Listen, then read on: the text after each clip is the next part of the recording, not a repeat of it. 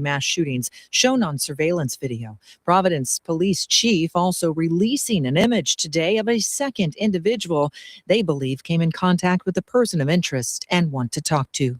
Nick Reiner made his first court appearance today in Los Angeles, charged in the murders of his parents, director Rob Reiner and Michelle Singer Reiner. Reiner with his attorney waiving his right to a speedy arraignment. His next court date is January 7th. This is ABC News.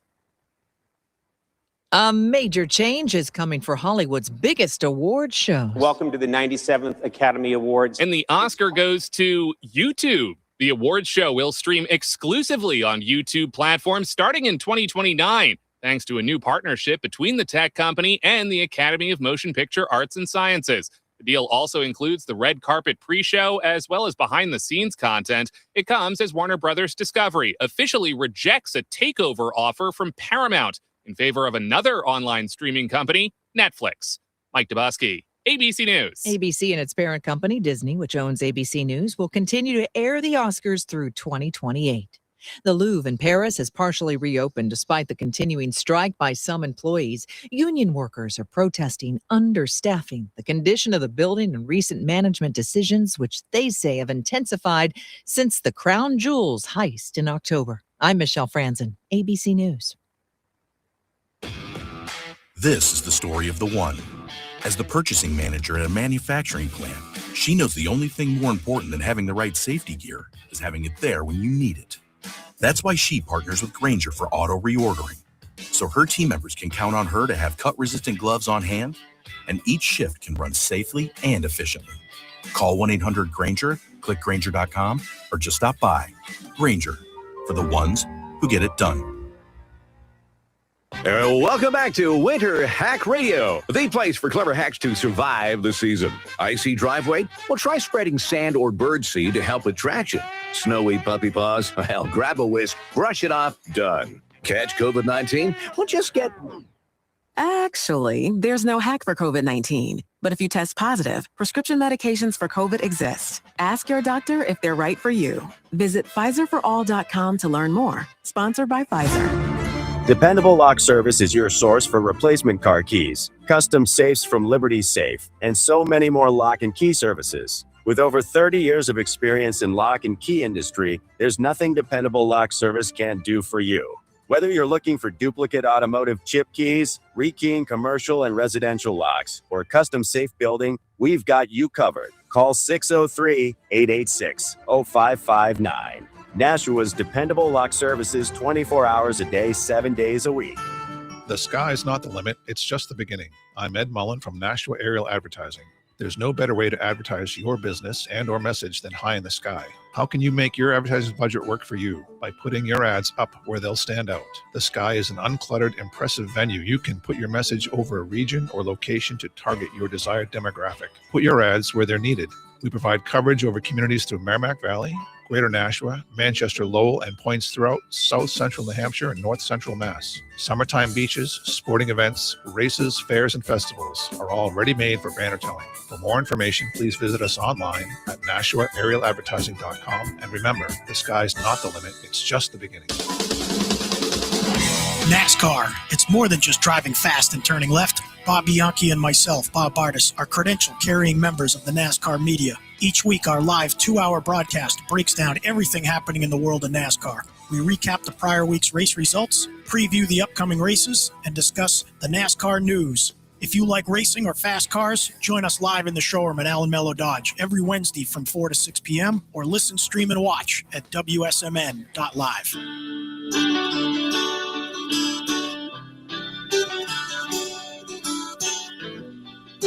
Hello. As the holidays approach, we at the Nashua Community Music School want to give thanks to our friends and supporters. Together, we are dedicated to serving our community through music. As we approach this giving season, consider visiting our website, nashuacms.org, or following us on Facebook and Instagram at NashuaCMS to check out all of the amazing businesses and individuals who support us. Want to reach out and see how we can make innovative music accessible to everyone? Give us a call at 603-881-7030 to see how you can help put the community in the Nashua Community Music School. The views and opinions of the following show do not reflect those of WSMN, its owners, and/or associates.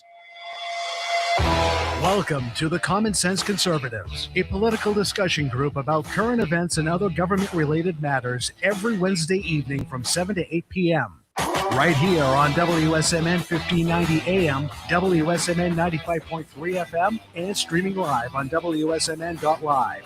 Making sense of the inverted reality we are subject to every day, the Common Sense Conservatives are here to help bring you back to reality. Now, your hosts, Chris Wyatt, Todd McKinley, and John Gorman. Hello, everyone, and welcome to the Common Sense Conservatives. Things are starting to warm up here in Nashua, New Hampshire. Got up to 41 degrees today. Kind of enjoying that. A little bit of melt off. Todd, how's it been going down there in Tennessee? Oh, not too bad. We've had one night where it got down to single digits, so I'm bundled up right now, just enjoying the evening. Waiting to see what the president's going to say in his Oval Office address here in a minute. Oh yeah. Oh, you got it on, watching that, doing the show at the same time. No, it's No off earbud in your ear like you were the Secret Service. No, I'll wait till after, but I'm wondering what he is going to say tonight. We'll see. A lot to address, I imagine. Yeah, a lot going on, man. Venezuela, and right. I think he just took out another ship here recently. I don't know how many were gone on that one. Yeah, but and apparently there's the number of ships that are on that list that we talked about last week are diverting right now. So see what's going on. The oil tankers are finding some place. That's like a double whammy, right? I mean, you hit Venezuela and you're hitting Iran at the same time. No oil for you guys. Hey, Chris, how's it going, bud? It's gone fine. And you're right. It's very consequential times we're living in. The president tonight will talk about his achievements in 10 months plus, and there are quite a few, despite the fake news media all over the country and around the world lying about Trump. But it's much more than Venezuela, guys. Much more than Venezuela. Little old South Africa has reared its head this week. Yesterday, on a national holiday, the South African authorities raided the U.S. refugee processing center where our diplomats were working, intimidated people, used racist slurs against the people who are processing as refugees, and pretty much confirmed all that President Trump has claimed about South Africa, except instead of this time racial persecution, it's pure political persecution.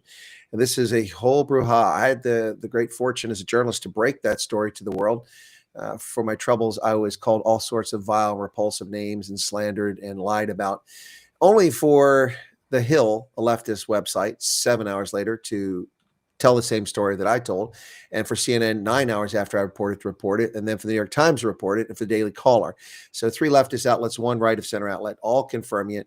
And then finally today, the South African media confirmed that in fact they did raid it. And so none of these people, of course, have the enough adult to apologize for their conduct, but that's just the nature of it. Shoot the messenger, just because I articulated the message early. Do you have a purple office tonight there in the studio, John? Somebody left. It does look purple. They're changing. They're changing. Oh, they're changing. They should change them. Yeah. Look like lavender. Look like some kind of room from Austin Powers there, man. Purple's not usually my thing, so he's burning some potpourri in there. He's got a little, little spa thing going on. Purple. That sounds like a George thing. George likes to light the candles in here and stuff. Could be. Purple is a royal color there, John. So you're in good company. Yeah, me and Jesus, man, we're like a team. Well, that wasn't quite the royalty I was thinking of, but since it's Christmas time, I suppose that'll work. Yeah, so I did happen to come across the video today announcing that the media finally caught up with Chris Wyatt and journalism of Chris Wyatt. Yeah, they did. Yeah. Like I said, I took a lot of abuse for it, but you know what? When you're taking flack, it just means you're over the target. That's right. And it's always the tall grass that catches the wind. Yeah, kind of like our Bell back in the day, the cutting edge of news, and he would talk about stuff 4 years later. You start hearing it in major media outlets. Right. Yeah, no doubt about it. It's good to be ahead of the curve. The sad part about this is that I'm not shocked by it. In August, I know a little bit off. We got a lot to talk about the U.S., but in August, when the Americans tried to get the non-government organization that handles this for them across Africa, based out of Kenya, to come down to South Africa to handle this in-person interviews, the South African authorities arrogantly said, "We will not give them work visas." So they came in on tourist visas, and if you come in a tourist visa, you stay for 90 days. They're legal. They weren't illegal coming to the country, but you're not allowed to work. You can do volunteer work, though, like church missionary or work for an NGO or, help out. So if you're doing that, you can get a stipend. But so I don't know if they were working or not. It really doesn't matter. But when they did that in August, I threw a word of caution out there. I said, this is not a good thing. if they've sent Kenyans to South Africa in defiance of South Africans, it's going to come back to haunt them. So maybe it's come back to haunt them. But that's not the real story, guys. The real story of this is that they raided a site, then they lied about it. They had the whole story cocked up and planned from the very beginning. They lied about this complete balderdash, saying that they had warned these people, they had told them, they had refused to respond. But of course, the letter that we're hearing about in newspapers tonight was sent to Kenya, not to the Americans in South Africa who are indirectly employing these people. And the Kenyans would have no idea about Kenyans on vacation or traveling in South Africa. So it's all balderdash trying to cover their backside. They raided a site where U.S. diplomats were working, who have diplomatic privileges, and they try to dismiss by saying, but it wasn't an embassy site. It doesn't matter. You know, when you get in your car as a diplomat, you have diplomatic immunity. When you get to your home in a private neighborhood, you have diplomatic immunity. They don't have the right to inspect your person, their papers, or go through your things. And they do not have the right to intimidate you. Dozens of uniformed immigration officers showed up and raided this U.S. embassy functioning website, a leased site they were using in town to process refugees. And then they lied and said nobody was detained, nobody's harassed, nobody's intimidated. I have dozens of witnesses who were there. Some of them will be here in the States tomorrow night because they flew out tonight, so they're safely in the air. As long as the plane doesn't turn back for mechanical reasons, they'll be here tomorrow, and hopefully in a few days I'll have them on the program to discuss how they were intimidated, the racial slurs thrown at them by these scumbags. And in addition to that, they say that no official was detained, no one was harassed. But that's not true, because we have witnesses that say that they're in there filming things. They were looking for the Americans, trying to confiscate their laptops, but the Americans evacuated the site and got out of there. And they also had to get the people who were supposed to go to the airport that night out of the building as well and get them to a safe harbor or safe haven, so they would be okay. And then finally, one of these officials took a photograph of an American citizen who is a diplomat working for a U.S. agency at the executive level in South Africa, who is declared to South Africa openly, who has a visa to be there, and his intent and purpose of what he was doing was declared to South Africans. This person happens to be born in West Africa with an African accent, and these stupid racists see a black man with an African accent and assume that he was not an American citizen. They actually took a picture of his diplomatic passport or official passport. I believe it was not. I can't tell because I don't see the cover, but based on the statement inside, it looks like they put on official business. It looks like it's official. Looks like it's a red passport. But whatever the case is, he was there with a country clearance and approval to be there. And they took his passport and they gave it to black supremacist Twitter accounts, and they spread it all over the world. Millions of people have seen his birth date, his full name, his birthplace, his passport number. Perfect recipe for identity theft. They doxed him. Is what they did. They basically doxed him. They put him in jeopardy. They have put his life in jeopardy, and this is unacceptable, and this is going to lead to a mess. I don't think the president will talk about it tonight, but I would be shocked if we don't hear about it maybe by Friday and action taken against South Africa. Yeah, I can imagine. At least probably some sort of economic sanctions, I imagine, are forthcoming. I don't think that'll be the case. I think it's more likely to be targeted individial sanctions against people. If you're a dirty, corrupt official stealing money from the taxpayers and you suddenly can't fly to London or to Monte Carlo because your credit card doesn't work and you're not allowed on a plane, that'll get your attention. So are they being retaliatory because Trump is pretty much? Yes. Yeah. Oh, they're also just a bunch of jerks. That's another reason why they're doing it. A bunch of jerks. So, I mean, the whole thing reported on television. The minister responsible for this Home Affairs, which would be like the Homeland Security here, the Home Affairs, that minister who belongs to an opposition party that joined the coalition is a white gentleman. And when he said, the so-called refugees, really disdainful and disgusting. His party has lost voters like viral particles. They're shedding them because people are already upset with the leader of his party and the behavior of their party not standing up for South Africans as law after law is passed, persecuting the minorities. And that's a party that's supported heavily by minorities. So they're losing voters every day. And it's only going to get worse for them. So we're living in a fantasy world. Good. Right? This attack here, was this to try to prevent them from leaving the country? Were they trying to deter this from happening? In my view, it was pure and simple two things. They want to get even with Trump because they're embarrassed because Trump won't let them in the country for the G20. And they wanted to intimidate anyone who wanted to participate in this program. They're hemorrhaging. Right. So the news article that I read earlier, let's see if I can find it here. That news article says that it was a handful. I mean, it's total poppycock. But I mean, poppycock and balderdash have found a new home. Those words are very much in vogue right now because of what's going on here. But somewhere they said it was just a handful of people or something like that. I'm trying to see where it says here that activities. Anyway, I'm not finding it now. Maybe I'll find a little bit on it. But it says just a handful of people. A handful of people. There are between 200 and 1,000 people per day showing up at this venue, at that one venue. We have multiple venues in South Africa, at least 3 where they're currently screening refugees. This is utter nonsense. And between 30 and 50 South Africans leave South Africa every single day to come to the United States as refugees since the government shutdown ended. About 12 days after that, 12 calendar days, 7, 8 business days. Yeah. So this is just they're angry, but they deserve this. I mean, they mocked the president openly during the G20. They have lied about the president in international forum. During the COVID scam, they ran around their president screaming, "Vaccine apartheid, vaccine apartheid." When he has a robust pharmaceutical industry which refused to participate in the trials for any of the drugs. They were invited, but they didn't participate. They spent no money developing a vaccine. They sat back and waited for others to develop it and then get it for free. They participated in the UN scam, which didn't deliver vaccine to people. And then they claim that, it's the wealthy nations oppressing the black and brown people of the developing world. And then, of course, this is after the intellectuals in Africa spent the first 4 months talking about the vaccine during Operation Warp Speed, saying, oh, they're testing it on black people because they're racist. Actually, no. Virtually every person who was a guinea pig for that was in the United States or the United Kingdom, and virtually every one of them was white, as is usually the case. So, it's just, but he ran around screaming this nonsense, the president there. He's president still. So this is not going to go well for South Africa. It's going to go very ugly. They'll just keep shooting themselves in the foot, I guess. Yeah, but it's while we're still on the topic, who do you think individually, if you can talk about it, may be sanctioned? You said it'd be individual targeted. So who do you think, right off the top of your head, probably? If this is the proximate cause, the irony will be that the minister who's actually responsible for this portfolio has been doing a pretty good job in South Africa. But if that's the proximate cause, then Leon Schreiber will get sanctions. I also expect that Ronald Lamola would get it for the actions he said against the president of the United States. I think they may actually open up the sealed grand jury that I believe exists. I have no evidence of that, but earlier this year, opposition leader Julius Malema threatened to kill the president, and that I'm sure that got the Secret Service attention, and I suspect there's a bench warrant for him. A few months back, he was denied a visa to go to the UK, and the UK made up some excuses about it. First, they said, well, it was a holiday. There was no one there to process. You didn't turn it in time. Only later for them to claim that he had made a speech that was outlandish. The bottom line is I think the British didn't want to arrest him, and they knew if it came to the UK, they were obligated to extradite him to the United States because I believe that. This is supposition. There's nothing but it all just makes sense. So he's trying to trap us out. But anyway, so I think that if there is a warrant for him, it will be made public.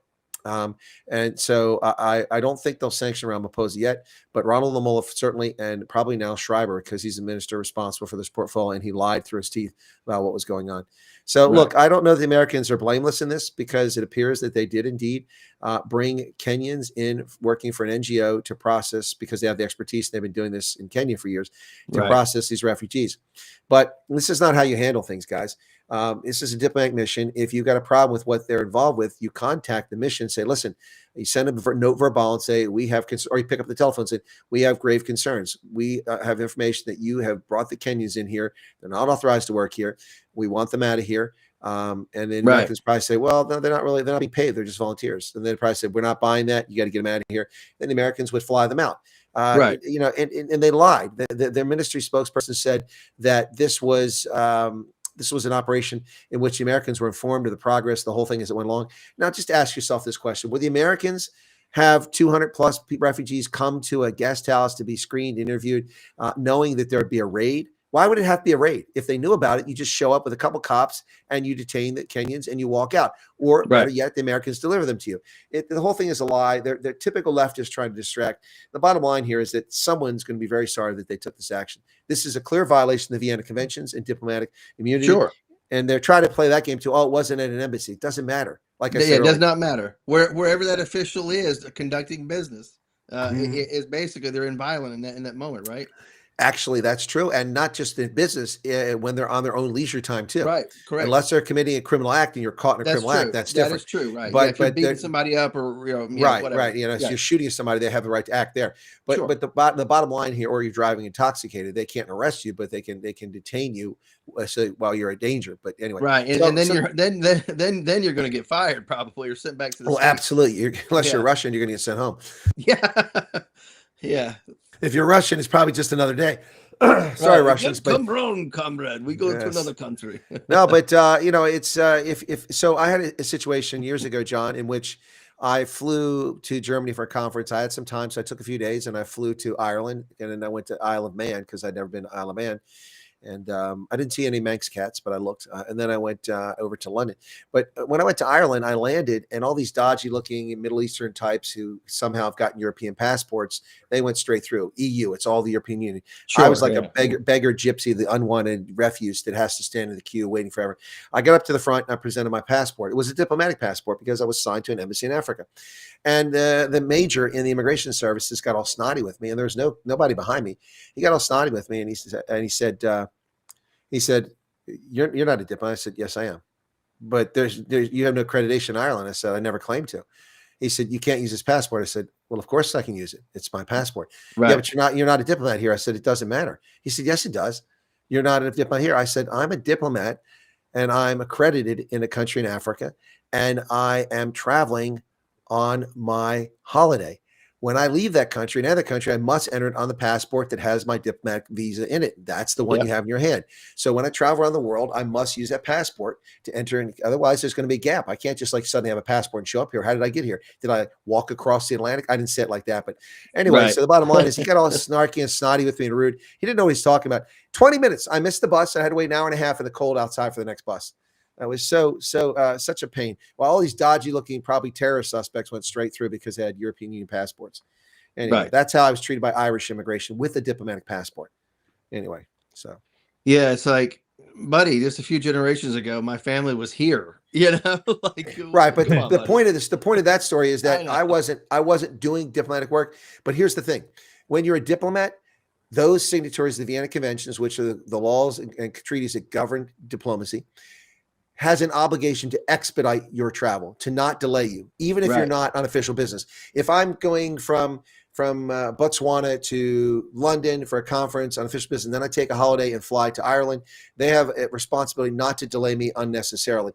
And they have, if I leave there and go to Estonia, same thing applies. And when I go back to the country I'm accredited in, then I'm a diplomat there. This is how it works. And all these people online, these abusive, nasty trolls who attack me have no idea. They actually had the irony to say this, Todd. They actually said, "What does he know about diplomacy? He knows nothing about it." I'm like, "Are you serious?" I lived and worked a diplomat for 30 some years. Right. I lived and worked in 8 embassies in Africa. Yeah. I've lived in 8 embassies in Africa. I've worked in over 45 embassies in the Middle East, Europe, and Africa. These people are idiots. They don't know what they're talking about. But that's the world we have today. It's the 30% crowd. They couldn't graduate high school. Right. And you're talking about you can't be delayed. I remember on our flip tops that, it said at the bottom, you need to expedite, assist, can't delay. Law enforcement is enjoined to assist in any way necessary, Correct. whatever. Yeah. Yeah. So it's just a mess. Absolutely. Yeah, those were cool because I got a few rides from law enforcement out of that. So especially whenever you need to get somewhere and they're there to help protect a principal, and you're like, "Hey, I need to get to that other venue." No problem. Jump in. They hit the lights and they'll go. They'll do it because they want to. Because the guy don't want to stand a post. He wants to be in the car driving around, so he'll give you a ride, no problem. That's helped me out a few times. I loved it. So sorry. No, it's all right. Just go ahead, John. What's up there? No, I was just wondering if the guy was intentionally doing it, just being intentionally obtuse, just to hold Chris up, just because he felt like being a jackwagon. Oh, he was. And first off, he was wrong, and I was not impolite. I probably said it more or less polite in this conversation than I did there. This is several years ago, but I was very polite, but I was also puzzled. I mean, he's like, "You're not a diplomat." I'm like, "But I just showed you a valid diplomatic passport. What do you mean I'm not a diplomat?" I mean, he said, "But you're not accredited here." I said, "I never claimed to be." This is he didn't ask you your business, right? He just started making accusations. Exactly. So the whole thing just caught me. I was like, "What the heck? What is going on here?" Anyway, that's look, it's a petty bureaucrat with power. That's what the situation was. Yeah. Petty bureaucrats with power, and that's how they behave, man. Well, that's why it's always good to land in Shannon, Ireland. You can just go the dip little wing right there that they have, right? You can just go in and out, no problem. Oh, Shannon, yeah, but this was Dublin. I flew into Dublin. Right, yeah, a little different there, yeah, obviously. Guys, one of the viewers on my program is asking in the chat tonight about your websites, your YouTube presence. I know John has a YouTube presence. I don't know if Todd's currently got one. If you do, if you could put it in chat on whatever your channels are while we're here, if you don't mind, just so they have, or put it up on the screen if John can pull that up. I don't know if it'll go to, I might be able to put it on the screen. What do you want me to put on there? Just say what's your YouTube channel is called, at whenever Sexy Trucker, whatever it's called. YouTube's TIBN, just letters TIBN. Okay, Trucker Broadcasting Network. Yeah, And Truckers Todd, Independent Broadcasting Network. Todd created the Common Sense Conservatives Facebook page, and so we have that on Facebook, and we no, also I think what they're looking for, John, is they want to go listen to you guys on your own content, not our combined right. content. This is one of the viewers from my channel that's currently in the chat. So, okay. Cool. yeah. Anyway, Awesome. but yeah, the I'll get mine on there. Truckers Independent Broadcasting Network for John. You can find him on there. He's also on the Patriot Confederation, if I'm not mistaken. And Todd, I don't know if you're up on YouTube right now. So No, I don't have a YouTube channel, but got a website, toddmckinley.com. yeah, that's right there below your signature. Yeah. Or below your From title. there you can follow anything that as far as social media right there. All right. So which of us is getting recalled to active duty to work on a carrier in the Caribbean first? Yeah, right. That must be you the, two. the Nimitz just came into port for the last time. Did you see that? Are they going to mothball it? Well, I think they're going to decommission it. It's going to go from Washington over to Norfolk soon. So, well, I mean, it's like the Nimitz. 65 years old or something, isn't it? It's the oldest. So it's out, going to be decommissioned. Wow. Well, that's unfortunate. But is it the Ford, the newest one? Yeah, the Ford's the newest one. Yeah. Correct. That's the one off that's sitting off Venezuela right now. Yeah, just hanging out. Like, hello. Yeah. And could sit there for probably, I mean, it had to be resupplied, but it could sit there decades, because it's a nuclear carrier, you just sit there. There you go. No, they're floating cities. If anyone's ever been on the deck of a carrier, it's an unbelievable experience, isn't it? Yeah. It's very cool. amazing. I've been on the Reagan before. Okay. That's a relatively new one too. Yeah. Yeah. The one thing I want to stay away from is Ohio class submarines. I mean, the concept of going underwater in a tin can never really appealed to me. No, but that'd be fun to do at least once, wouldn't it? Right. No. I'd rather be in the back seat of a cruiser with the police. I've been on a few subs, the museum ships, and of course I've been on a few active duty ships just while they're in port. Of course, the only time I've been underwater on a sub was one of those tourist subs in Hawaii. That was fun. So well, it's nice when the Navy travels around. I mean, I was in Norway on vacation back in the early 1990s. I needed some cash. And of course, they have a pay officer on board. So I went on the ship to visit, and I said, "Hey, I'm active duty. Can I cash a check?" I'm like, "Sure." Want to buy a T-shirt? Hint, hint. So it was actually a cap. I have a cap from that ship. I bought one of their caps, and anyway. So it was $15, and I needed cash and got some kroner because I don't use ATM. So it worked out pretty well. Yeah, never forget that. Yeah. That is pretty cool. Yeah, I like how they'll find ways to raise money. Like, hey, I can do this for you if you'll buy this. Yeah, right. Exactly. But hey, whatever. It's at least I got to enjoy myself. I don't think that's what's been happening with Dan Bongino, who's going back to broadcasting apparently. Is he? So he's being unceremoniously see you later, right? That's not confirmed yet, right? But he's in. Oh no, it is. Trump said it. Oh, did he? Oh, Trump okay. Last I saw afternoon. wasn't confirmed yet. He was ending around to it. No, Trump said this afternoon. This is the second time now, so I guess maybe he just fed up. I don't know. I suspect that's the case. I suspect he doesn't have the power that he thought he might have, or something he wants to go after. Look, I mean, some of this might be tied to this Epstein stuff too. For all we know, I don't know. People are all hard about that Epstein thing, so I don't know. Just know that Bongino's leaving in January. Interesting. Yeah. I wonder what's behind that. Yeah. Wonder what's. Yeah, what we're that's all never about. gonna know. Darn well he's gonna go back to broadcasting again, and he's going to keep his mouth shut about everything he knows in the Trump administration. I don't know about that, John. I mean, look at Susie Wiles running her mouth with 11 interviews with Vanity Fair. I mean, how dumb was that? What are you going to do? Give interviews to Vanity Fair? That doesn't make any sense. Right. And she probably was speaking, thinking she was off the record, just having a good chit chat with them. Like, that's all good, Susie. No problem. Boom, in the article. Gotcha. I had a friend that he wrote for the newspaper, and he said, you have to specify. When you speak off the record, you have to specify. If you don't specify anything you say, it's fair game. Right. Absolutely. Yeah. I'll relay a personal story. A couple months ago, school board meeting. I was out in the park, and I had to go to my car.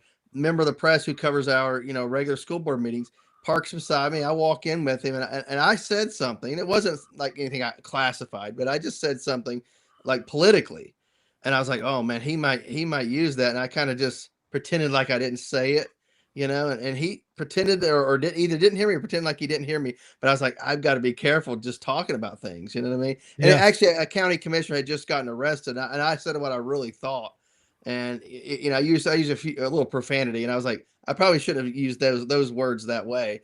But it was how I felt, to be honest with you, because this guy got arrested for groping a female. Still is a county commissioner, but is under, I guess, indictment at this point. But anyway, I let it fly, a few explicatives, and I was like, maybe I shouldn't have said that. So, but whatever. Something that could come back and haunt you, right? I'm just saying, if you write, he wrote, and you have to, dash it out. You know what I mean? I'm like, some people may take offense to it, So I was like, maybe I got to be careful with that. But it wasn't like they probably would disagree with me. They may disagree with the words, and some people are that way. So anyway, polite society, I guess. Hey, Sparky Anderson, thanks for joining us. Wow, Sparky Anderson. Yeah, he goes by Sparky. I don't know why he changed it to Sparky. Who's joining us? Who's joining us next? Tommy Lasorda. Right. Yeah, I was thinking the Earl famous, Weaver, manager for the Tigers and Reds for the longest time, the big red machine back in the day. Yeah, Sparky. No, I always associate Sparky with the Reds. Of course, he spent a lot of time with Detroit as well. Yeah. That's where he won the World Series with the big red machine, right? Maybe that's why. Where's he out of? I don't know these. Well, I don't know where he came up. I always knew him as a Reds manager. They eventually went to Detroit later on. But I mean, my manager was always Earl Weaver. That was the man. Yeah, there you go. Orioles. Baltimore fan, huh? Always been a Baltimore fan. So what do you think about the shooting at Bondi Beach? I know we haven't brought that up yet. I know we were going to get to it for sure. Sure. Man, what are your thoughts there? It's shooting at Jewish people from where? Right? Pakistan. Yeah. Right, exactly. Yeah. It was definitely anti-Semitic. I mean, there's no two ways about that. You can't hide that. That was heinous. It was horrible. They talk about other gun laws or gun control laws in Australia, and people do own guns in Australia, and that's why you see him using a bolt action. But that guy was well trained. He was training for this. He was not just he didn't just pick up a rifle and start shooting it. He was definitely chambering rounds rapidly. The one guy who disarmed that guy, he didn't really know how to use a rifle, so that's why he probably couldn't shoot the other person, once he disarmed him.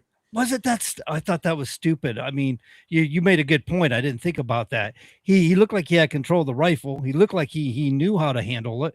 Right. And all of a sudden he let the guy just wander off and leaned it against the tree. There's guys, I'm like, what? There's a reason for that. Okay. And this is something I analyzed in my video. I didn't spend a lot of time on Bondi Beach, but I did do a video about the police response, the Keystone Cop response to Bondi Beach, and also did an interview with a Jewish South African about this whole thing and about the globalization, the Intifada, which appeared on my channel today. That was from yesterday. We did the interview. But my analysis of the day prior was in that situation, the reason why that guy didn't just cap him, I mean, he had every right to cap him. He was a threat. He was a deadly threat. Even if he's walking away, he probably wouldn't have been charged with that because the guy was going to go get another gun. You had to stop him. Mm-hmm. But there's no gun culture. They are wusses. They've been disarmed. Most Australians can't. This guy, bare hands, no armaments, come up behind him and disarmed him with a weapon. Well, so I mean, he had the courage to do it. No, but it turns out he was apparently in the secret police or a police officer when he lived abroad. The guy who's the hero, but there's no gun culture in Australia, and he probably didn't know what to do. Here's the thing: did you see the response of the cops? And that's where I'm going to get. But first off, the only video I watched initially was a video from an Overwatch position, which I would call an Overwatch position. Right, looking down on that bridge, you can see both of them on the bridge. Not like the cops who came at it, and they're shooting into concrete while they duck below it. This was this place where anybody could have sat up there and taken shots and hit these guys just by spraying the spot. For 10 minutes and 38 seconds, now this is long after it started, 10 minutes and 38 seconds, this guy filmed what was going on. And you can see the whole entire thing unfolding.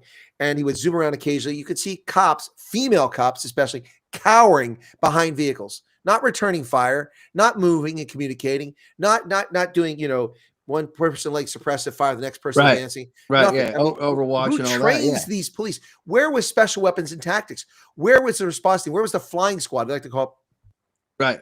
I like to call them the flying squad in that part of the world, angle of the world. There was no ineptitude. We didn't see any cop vehicles pull up until after both were down. And then the police run up there. They have no control of the scene whatsoever. They let civilians run up there and beat and assault the assailants, contaminating the evidence on the scene. No control. Rifles laying all over the place. 4 rifles. Anybody can pick them up. In fact, other people did pick them up. One of the female cops ran right by a rifle, just looked at it, kept going. Any kid could have walked up and picked the thing up and started killing people. Or another person in the crowd could have been part of this, just waiting. Just like when you explode one IED, you wait for the first responders, and you explode the other IED. You know, these people, the unbelievable. And then we had to listen to the Gavin Newsom lookalike, freaking, governor of New South Wales say, well, contrary to what you're saying, I'm proud of the response. You're proud? No. You should be ashamed of yourself. You and Albany should resign because their first response is, we're going to take away more guns. Really? If there had been more guns, if this had been in Austin, Texas, or in Tel Aviv, that would have lasted 90 seconds max. Maybe a couple people would have died. Those people would have been taken out. How somebody could sit there for 10 and a half minutes and the police couldn't get to the spot where these people were? How is that possible? Ineptitude, complete ineptitude, no understanding, no rehearsals, no training. What are they doing? Eating donuts all day? Do they not go to the range? Do they not do tactical training? You don't have to be SWAT to do tactical training. My goodness, all you got to do is watch Hollywood shows. You can watch Bosch. You get better tactics out of watching Bosch than you would get out of watching these. These people were disgraceful. Yes, I know there's a cop that got shot. He's going to lose an eye, and thoughts and prayers of him. But the majority, especially the female officers, half the size of people getting thrown back by civilians running up on there. It's unbelievable. If you watch that video, you're like, what is going on here? No control of the situation. They did not secure the crime scene. They did not maneuver. They did not communicate. It was just total freaking chaos. Right. And it's a miracle that hundreds of people were killed the way these cops were. Right. And if this was connected or a greater conspiracy, that's just exactly what they want. Everybody focuses on that area, converges. Now, all of a sudden, you got all these people in one area, shoot more people at that point. You know what I mean? Because the cops didn't have any control of the scene, which they should have, and had crowd control to get them to a safer area. And they didn't do that, making them all targets. Look, there are people who were cowering under the bridge who came running up on there after the cops were on the scene. There's a rifle in there. What's to say one of them didn't have a family member that was murdered and pick up that gun and just start spraying people, wind up hitting other people, bouncing bullets off the pavement? You know, if this is what Australia thinks policing is, I have grave concerns for the 2027 World Cup in rugby, which is being played in Australia. If this is their response, that every single person going to the World Cup in 2027 is now a target because these idiots have shown just how vulnerable, disarmed, and how demonically possessed these leftists are at disarming South Africans and letting you be victims. There aren't enough of us that can die to satisfy their political glory. Right. That's true. Rodney just pointed out there was a woman and her father. That's true. A woman and somebody else disarmed the father, but did the same thing. Let him go, and he come back and killed both of them. Yep. That's absolutely right. That is a culture of no guns. This is what happens. People are afraid of guns. They don't know how to handle them, know what to do. I mean, what did you think was going to happen if you dropped the gun? You think, okay, he's just going to let you go? Stupid people. No. Yeah, he leaned I see him lean a gun against the tree. I'm like, what are you doing? I mean, you leaned it against the tree and walked away from it. If anything, take it inside a business and put it, lock it away in a room or something. I don't know, or throw it in your trunk. Bust the man right behind the kneecap with it, man. Right, shoot him right behind the kneecap. Trust me, he's not walking. He'll be too busy screaming in pain. Do that. At least don't let him have the gun back. You know. Yeah, that's my thought. I don't know, man. I just you can sit here in a nice safe place and look at something too and decide how you'd react, right? It's easy that way. Right. When you're in it, it's a different thing. But we've had proven facts, like the guy in Indiana. But the Colonel and I have been in situations. We've been in situations like this. So I mean, look. I'm sorry to say this, but when the Uvalde shooting happened, I was the same thing. What the hell is going on here? What is this? Why aren't they ingressing into the building? By contrast, out in Colorado, a couple of years back, we had these 2 shootings in Colorado. The cops handled it brilliantly. They isolated the shooter. They narrowed the kill zone down. They got people out of the kill zone, and they eventually took out the shooter. And remember that one where they went in the grocery store, and then the media claimed it was a white guy, a white racist. Right. Yeah, it turned out he was an we were on air that day, right? That's right. An Arab Muslim who immigrated to the country. His brother's adapted fine. He's been here for like 15 years. Couldn't adapt. He is a malcontent, and he went and killed all these people in a supermarket, including an off-duty cop. And that situation was handled brilliantly by the cops, who were on the scene within minutes, within seconds. I think it was like 90 seconds. I could be wrong, that they responded. They isolated, they got in there, they took him out. And then when they arrested the guy, the media, oh, a right-wing racist killer who killed black people of color. I don't think any people of color were killed. They're all white. It's just typical media. But I remember that story. And there was a previous shooting that occurred. It wasn't Uvalde, but it was one of those towns in Colorado. I covered that as well. And the cops handled it very well. They were prepared for this sort of thing. How can anybody not be prepared for this? Well, because Australia doesn't have a gun culture. But you know what? Guns don't matter. Rob Reiner and his wife were just killed, not with guns, but with knives. Yeah. Sad situation there for sure. Did you see Trump's response to that, though? Oh gosh! Look, I'm the like, president, Trump, man. President is off his rocker, man. That is not a good look. You know what? I'm not really all that put up by what the president said. I figure if you want respect in death, you ought to give it in life. And Rob Reiner gave none.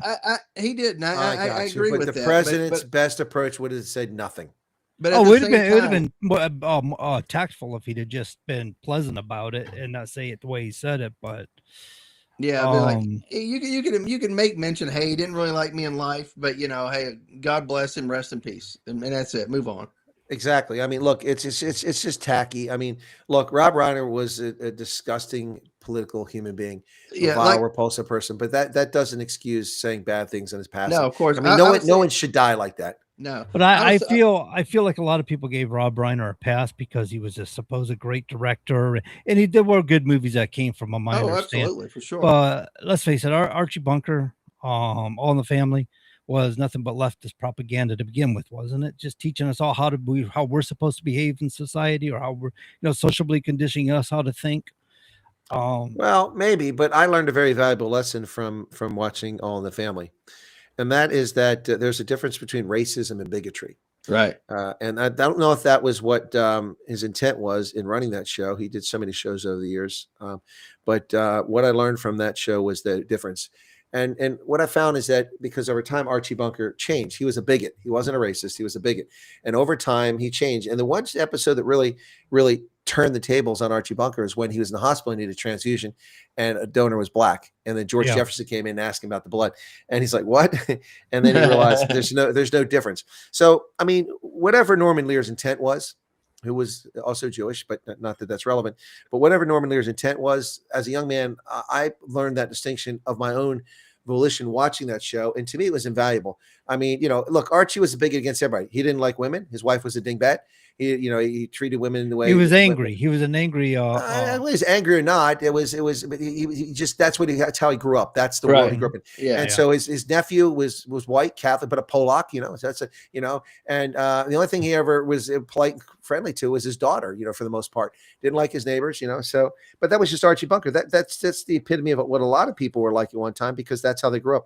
And Norman Lear, again, whatever his intent. That was a very valuable lesson for me. I could make the distinction between a bigot and a racist, which is a very important distinction to make, because in today's world, if you don't agree with someone, they're a racist. Oh, please. Thank you so much. That's you're not Nazi, you're a xenophobe, homophobe, you're all the things, right? I got to admit, that was a funny episode when Archie got confused about his race after the blood transfusion, and he approached a bunch of black guys and was defending them. He goes, hey, listen, we brothers got to stick together, right? Exactly. I love exactly. It's hilarious. We gotta stick together. But I have to say, I liked Carol O'Connor in a couple of his war films, and I liked him better as Archie Bunker than I did in The Heat of the Night. That didn't do anything for me. Yeah, he was a good actor, man. Yeah, he was a good actor, but in Heat of the Night never did anything for me. It's kind of like watching. I never liked Matlock. Andy Griffith's Matlock just didn't do it for me. But of course, famously, Heat of the Night with Sidney Poitier, and they call me Mr. Tibbs. Mr. Tibbs. Yeah, I love that. That the movie was really good. I tell you that the movie was. Oh, good. Guys, did you see? Buck Rogers died. Did he? Oh, now Gil Gerard, 82 years of age. Yeah.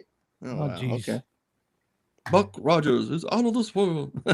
Buck Rogers of the 21st century or 24th century, whatever it was. That was a crush on me, man. Erin Gray. I was a little kid. I was in love. She was amazing. I love that show.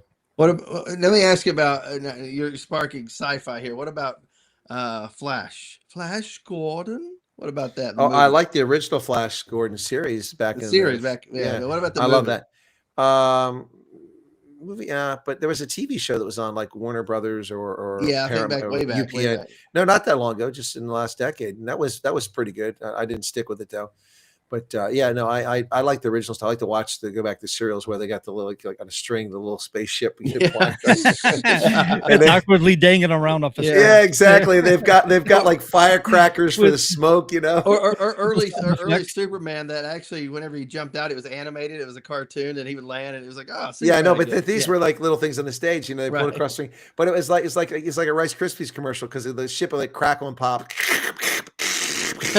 as it flew through the air. I remember watching the black and white 1950 Superman when I was a kid in the 70s and realizing even at 7 years of age how corny it really was. Right. Yeah. Well, I remember Batman was so corny, but that's what made it so cool, Yeah. You sit there and watch Batman with the pows, the kapows, and the bangs. Well, and they had like the coolest Batmobile. That was an incredible car.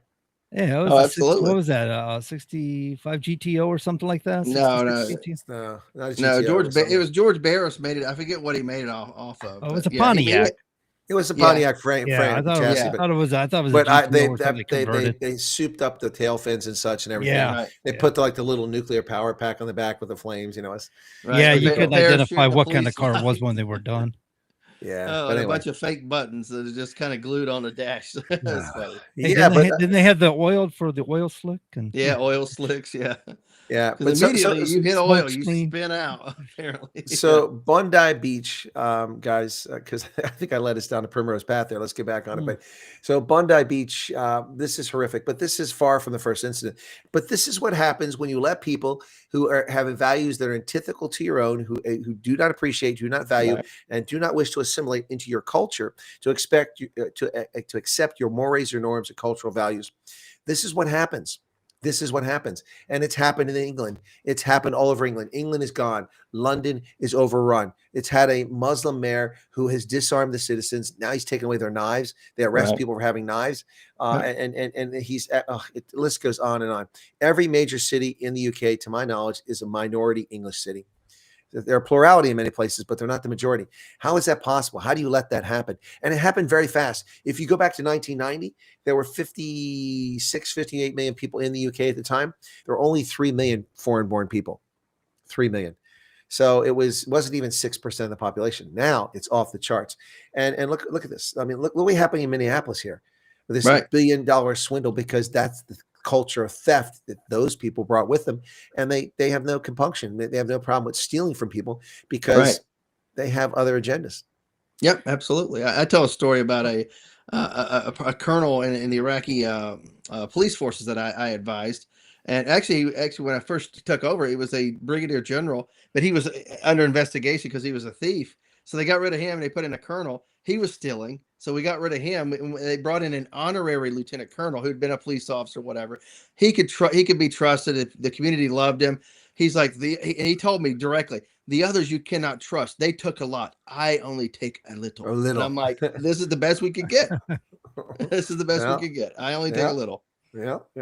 Well, I mean, I've told you guys before about the cutting season, which is what it's become known here in America as now. There are over 660,000 girls and young women at risk of female genital mutilation.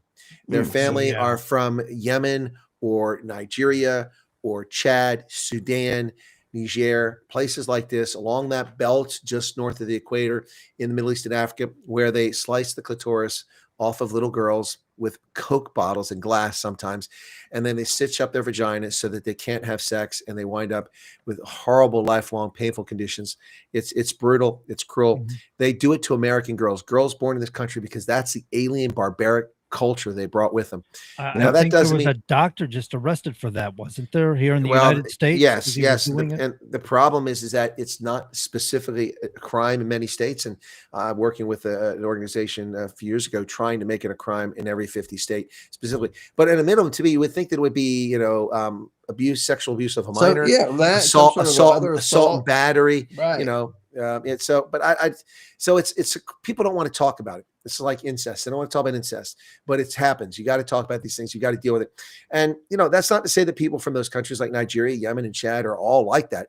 But when you let people like that in your country, your mores and values will change. And next thing you know, we'll be just like those countries. And that's not a stretch. Look at England. I mean, they practice Sharia law in Luton. And it's not even legal, but they practice it. And they're forcing it on the English there. They get away with it. I remember seeing a thing about when they do these sorts of things, talk about barbaric.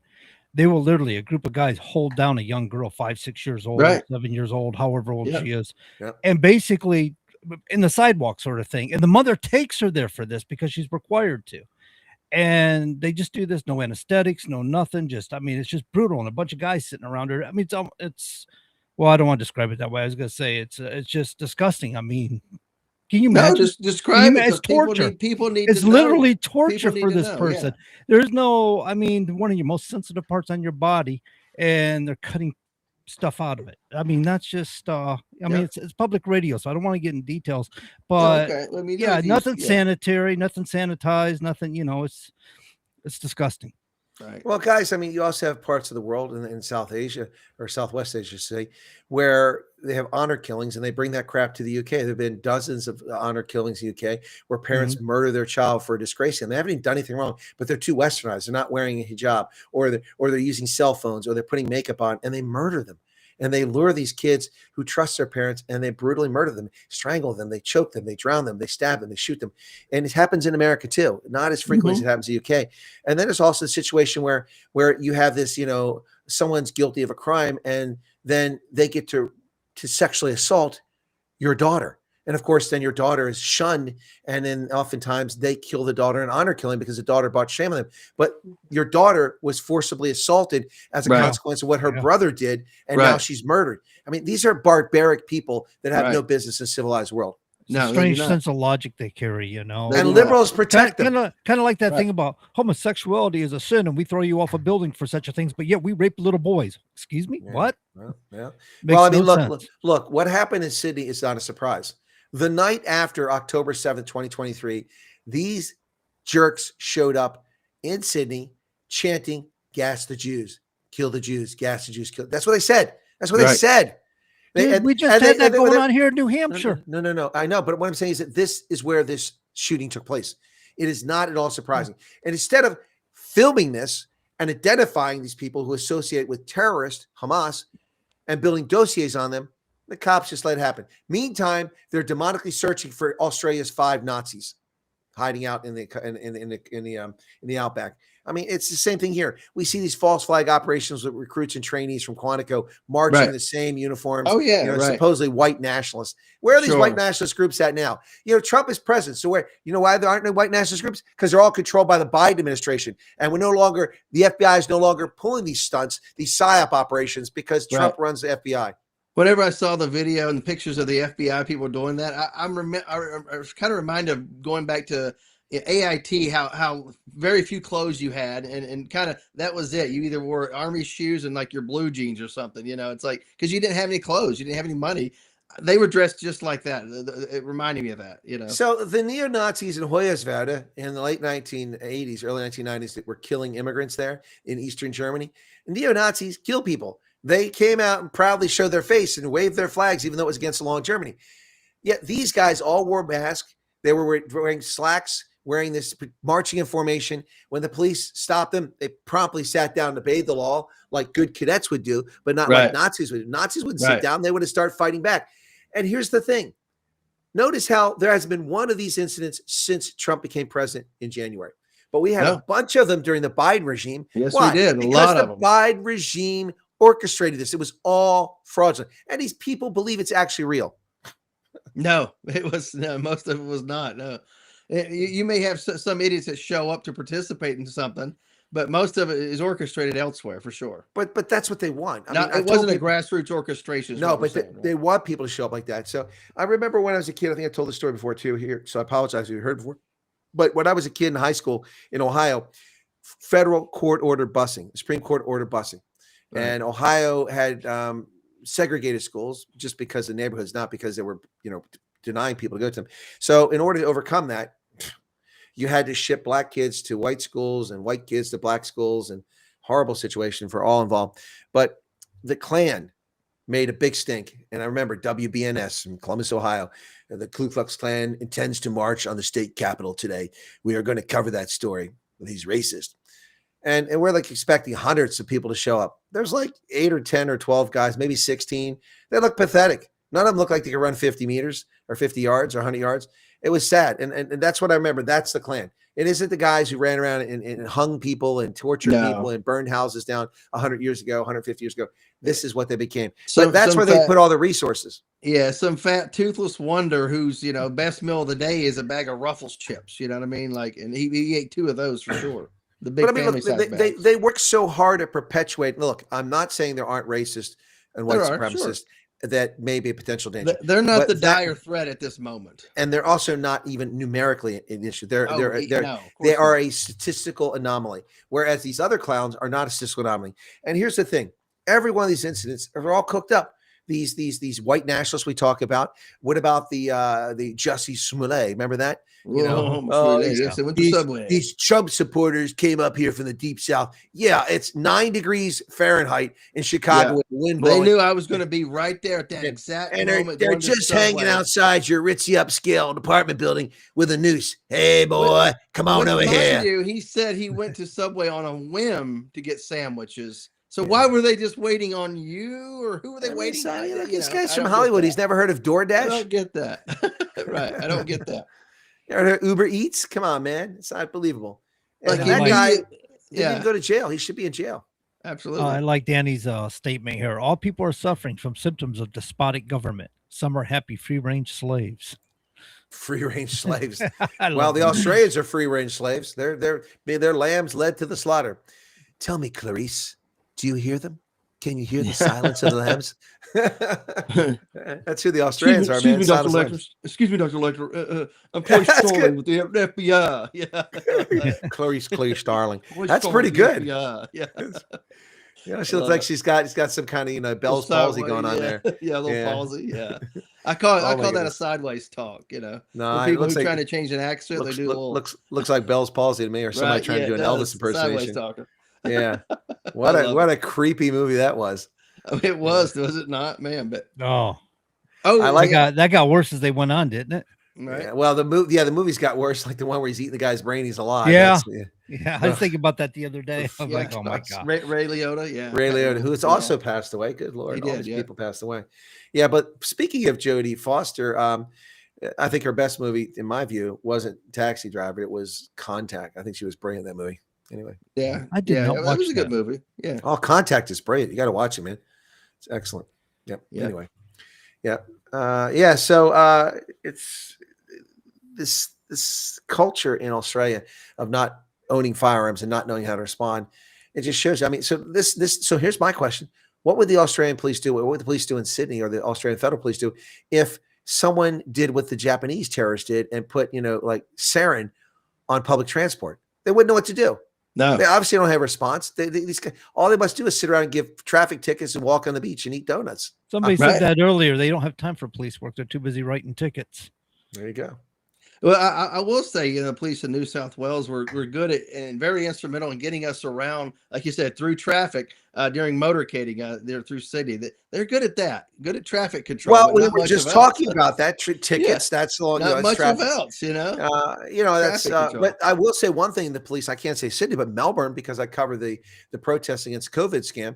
We had 650,000 people show up in several of those protests. They were every week, and of course, the police were there. They were very good at grabbing unarmed civilians, beating them in the streets, and locking them up to dissuade people from protesting. They were very good at that, but apparently they don't know how to respond to an active shooting. Yeah.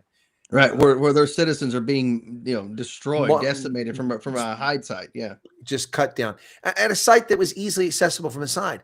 It just, guys, I'm still shaking my head about this. There was no need for this loss of life if this country hadn't disarmed and wussified his country. These politicians, right? Yeah, well, we're coming up to the top of the hour break here. So got about 16 seconds before the music starts kicking in.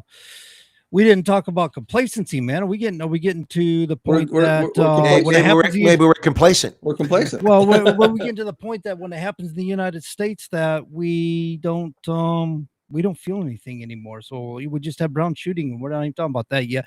But ladies and gentlemen, we're at the top of the hour break, and we'll be back here in about 5 more minutes. So enjoy the news and don't go anywhere. And catch you later. I'll catch you in a minute.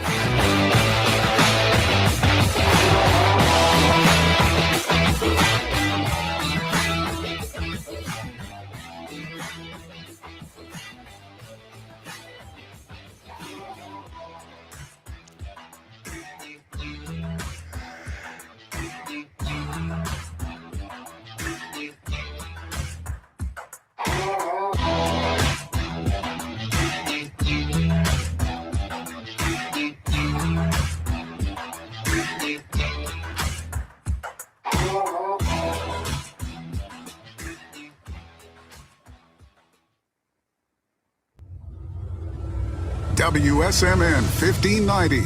WSMN 95.3 FM Nashua. Listen, watch, and stream at wsmn.live. ABC News, I'm Dave Packer. House Republicans passed their health care package this evening that does not extend Affordable Care Act subsidy, set to expire in 2 weeks.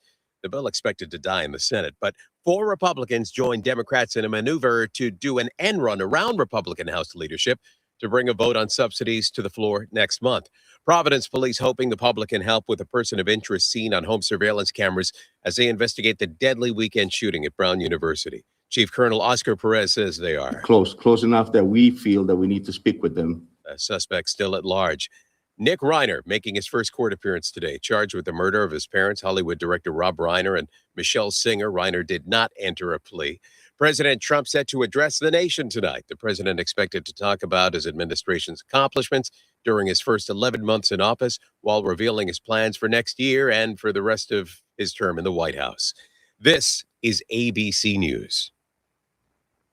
Electricity demand is skyrocketing, and lawmakers want to know why. Senate Democrats are now demanding answers from tech companies about whether the growing number of data centers needed to fuel the artificial intelligence boom are driving up Americans' electric bills. They claim utility bills have skyrocketed as much as 267% in the last 5 years in areas where there's significant data center activity.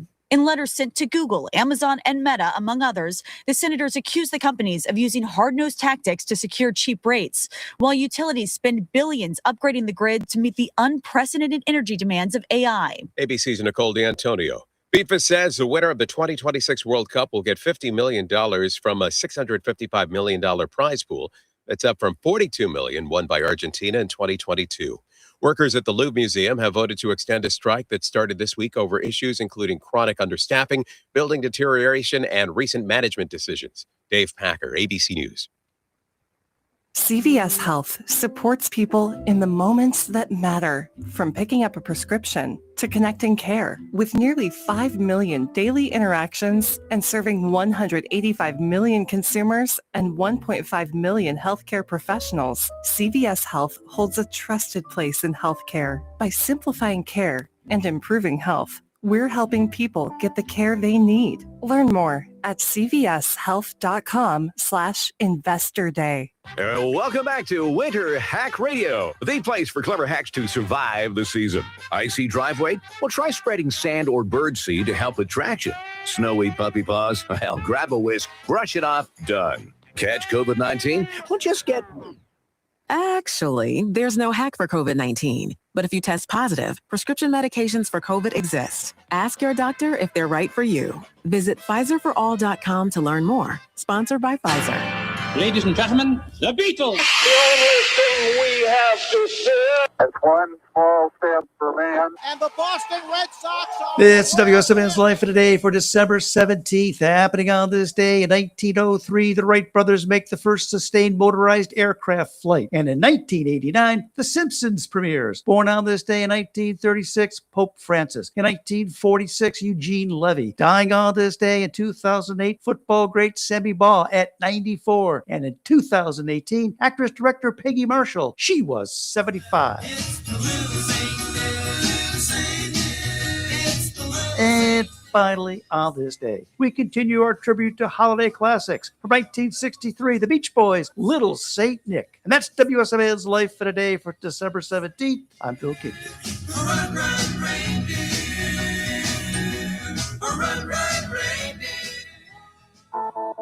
Hi, Nashua. I'm Perry Cataldo from Choice Benefit Services, your local insurance agent that has dedicated himself to all the Medicare plans in New Hampshire. Whether you're just turning 65, new to Medicare, or already have a plan, I'll explain all your Medicare options and extra benefits that you hear so much about. I ensure you're getting all you're entitled to and all that you deserve. Nashua, don't get fooled again this year. Call Perry Cataldo at 603-461-5550. That's 603-461-5550. Or visit me online at cbsnh.com. That's cbsnh.com. I look forward to hearing from you. And remember, health is wealth.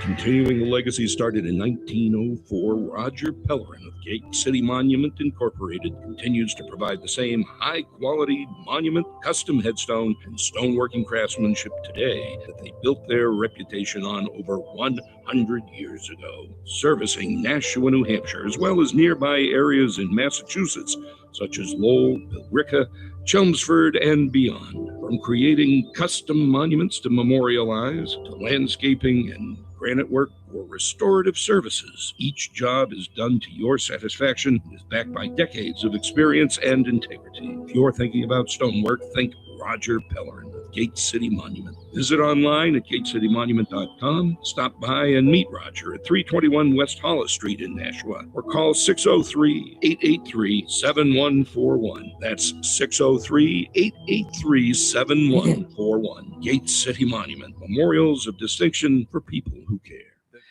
All right, ladies and gentlemen, if you're just now tuning in, you're listening to the Common Sense Conservatives right here at WSMN. When we were cutting out the break, I used the word complacent, but what I really meant to say was desensitized. Are we desensitized in the United States of America with all the shootings we've had in the past? I mean, there's so many, we don't even hear about half of them anymore. Have we become desensitized to it now? Well, I'm not desensitized to it. I don't think Todd is. I mean, we grew up Yeah. in a profession that deals with violence frequently. So I don't think either one of us are desensitized to it, but maybe society is, if that's your question. But the problem with society is it moves on. You know, everything is a 5-minute attention span, and they move on to the next thing. How many people are up in arms about the Pittsburgh synagogue slayings a couple years ago? Yeah. Let me jump in real quick. The colonel said, you know, we've been in a business where violence is normal or whatever. We've seen probably people with legs blown off, people shot, whatever the case may be. But people in America, by and large, only see it on TV. So whenever it happens, it's usually like, oh, it's just that, and it's moving on. They've never really seen it up close and personal, so they don't really have the effect of when it happens. We're like, holy cow, this probably happened. This, you know, this a person probably saw this, and we kind of understand what the person went through and that was actually there. It suffered, whereas most Americans never see it. So they're like, oh, thoughts and prayers, and it's move on to the next thing, whatever's next in life. Maybe that's the way. That is true. I mean, seeing it live and in person has got to be a lot different than seeing it. TV is like a buffer, right? It's like watching a movie or something. Well, and I agree with Todd. I mean, you know, when you're there and you're like, okay, let's go, Mike. Mike's gone, man. Right. Oh, man, Exactly. that hits you. I mean, Right. you know, when you see it up close, you see what bullets, you see what explosives, you see what artillery does to human bodies and what it does to people, and that's the physical thing. You find violence to be abhorrent. It always amazed me that I run into civilians who are always like, "Oh, you're in the army because you like to kill people." What are you talking about? No, we want to protect people's lives. Exactly. That's we're trying to Save avoid life. it. You know, the best army in the world is the one that never has to fight. Deterrence. That's right. The Swiss Army is incredible. They have an incredible deterrent. Nobody attacks them. Right. During the Second World War, the Germans and the Allies planes flew over Swiss airspace, pursuing the other guy, or damaged aircraft trying to find a place to land. The Swiss interned them as prisoners of war, Nazis and Allies alike. Yep. Yeah. I tell you, World War II, if I had to be a prisoner of war, I think I'd want to be in Switzerland. Right. Yeah. You get some good chocolate, some good food. You like That's right. I was a POW. You got a little pooch there, buddy. Yeah. Rough life. Yeah. Just saying. No, but I mean, it's real the Swiss soldiers. They didn't beat anybody either, did they? In Switzerland, right? They didn't beat it. Their prisoners, whatever. They treat them fairly well. Yeah, no. It was just for them a policing action. They were just protecting their sovereignty. And there you go. You know, it wasn't worth it for Hitler to go after Switzerland, because it would have been very bloody. And besides, I mean, Nazis hid a lot of their money in Swiss banks. Bankers, yeah, exactly. Yeah, I was going to say they probably don't. Their return is they hold everybody's cash. Well, not anymore. Switzerland's impact, because their secrecy laws were weakened over the past 30 years. People put lots of money in the Channel Islands in Austria and the Cayman Islands, places like that, other offshore locations. The Swiss bank account secrecy has really been weakened over the past 30 years. Yeah, I think they're required to report now, aren't they? Well, yeah, it's a lot easier for foreign countries to get access to information, go after tax dodgers and terrorists and things like that, than it ever was. So, I mean, a lot of what you thought was secret in Switzerland isn't really the case anymore. So the best reason for having money in Switzerland is its central location and its safety. I mean, Swiss always pay back people in those banks. I'm not aware of them not paying. So, yeah, but that's an old school thing. Swiss banks. Yeah. They do have a lot of Caymans. They do have a lot of tax safe harbor type places, right? Where you store artwork and things like that in Switzerland still, right? And near airports and things like that. Yeah, they also have a lot of underground vaults for lots of things. The government Right. has got continuity of operations. They go to underground vaults in the mountains. And then also many of the Air Force aircraft are actually stored inside of hangars inside the mountain. They dig them into the mountain. Aircraft are, they taxi in there or they're pushed back and they're pulled in there with a ground tow vehicle. I actually, the first time I went to Switzerland was 1984. It was in Labor Day weekend. We'd gone down to Munich, and from Munich we went to Innsbruck, Austria, and we drove across Western Austria through Vorarlberg. We went to Liechtenstein, and from Liechtenstein we went to Luzern, Switzerland. We were driving through Switzerland, and we're looking at, I saw a jet like being pulled out of a mountain. I'm like, what the heck? Because that's where they store them, so they can't be bombed. And so it's amazing. The Swiss have an incredible armed forces. They really are good at what they do. And a few years ago, they tried this leftist nonsense. They tried to vote them out of existence. People are like, nope. There's a reason why we're independent. It's because no one will attack us. Yep. Nice. Big deal. So now we've been seeing, you were talking about Intifada earlier. Intifada. Yeah, that's it. I don't use this word at all. But we've been seeing a lot of people getting swayed. Have you guys not noticed this? A lot of people are being swayed by Palestinians and stuff to support Palestine and actually going against Israel. Well, John, I've said it many, many times. Stupid people should wear signs. That way you wouldn't ask them questions. And that's not original. I got that from Bill Engvall. But seriously, wear a sign. Look, I mean, this is about as bright as gays for Gaza. Oh, yeah, let's see how well it goes to you. A bunch of you fellas who are gay, make your way over to Gaza and see how you're treated. Yeah, prance down the street and see what happens. You'll be tossed off one of the buildings nearby. Exactly. Yeah. No, this is all part of the brainwashing. I mean, most of the people that get up and act this stupid way are young and middle-aged white women. That's the ones doing it. That you're talking about the Karen age right there. Yeah. Karen. No, I've been it's seeing people that were conservatives kind of leaning this way too. It's kind of like there's this whole, I don't know if they're buying propaganda or what's going on, but there's a lot about Netanyahu's this and the Mossad and claiming they do evil things and they're buying our politicians and so basically we're just serving them because they got leverage on our politicians and this kind of but they're not murdering people wholesale, for crying out loud. Sean, are you listening to Candace Owens again? No, I'm not actually. I don't listen to Candace. Even when she said she was going to uncover the truth about Charlie Kirk, there's another rumor going on. Talk about rumors. The government killed off Charlie Kirk. Didn't you hear this? I've heard it. And Mossad was involved. Why? Yeah. I don't. What would be gained by killing him? There was nothing to be gained. Isn't Mossad a little busy with Iran and Gaza? And supposedly he spoke out against Israel, which I don't believe to be true. He was a diehard Christian, and I don't think that's what he was doing. Israelis speak out against Israel. I mean, their government anyway, because they do have government politicians who are not the most honest. Guess what? Americans, we have politicians that are the most honest too. We don't want to go through that list of nefarious things the United States have done. I know Israelis who call out a lot of their politicians just like we do. Like, I don't like so and so, I'm voting him out. That's not being anti-Israel though.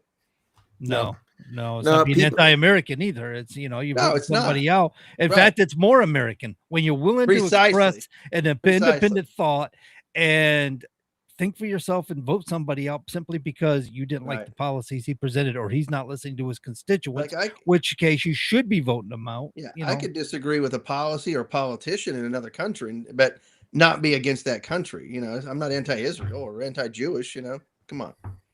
Yeah, no, I saw a thing here. Tucker Carlson was carrying on about Israel attacking Hamas.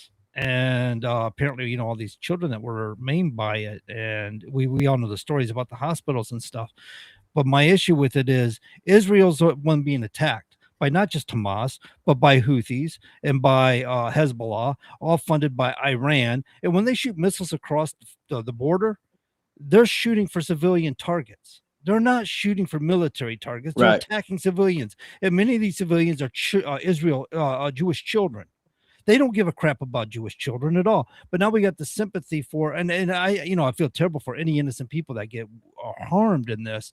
But there is an international law, to my understanding, that you're not supposed to attack civilian targets, and even in an act of war, unless those civilian targets are harboring enemy, your enemy. So in this case, Hamas holding up in hospitals and Israel bombing those hospitals. They got a legal right to do that because Hamas are using these civilians basically like shields because they're too cowardly. These guys are wimps. They're not gonna fight grown men in a battlefield. They're gonna go after women, children, and boys.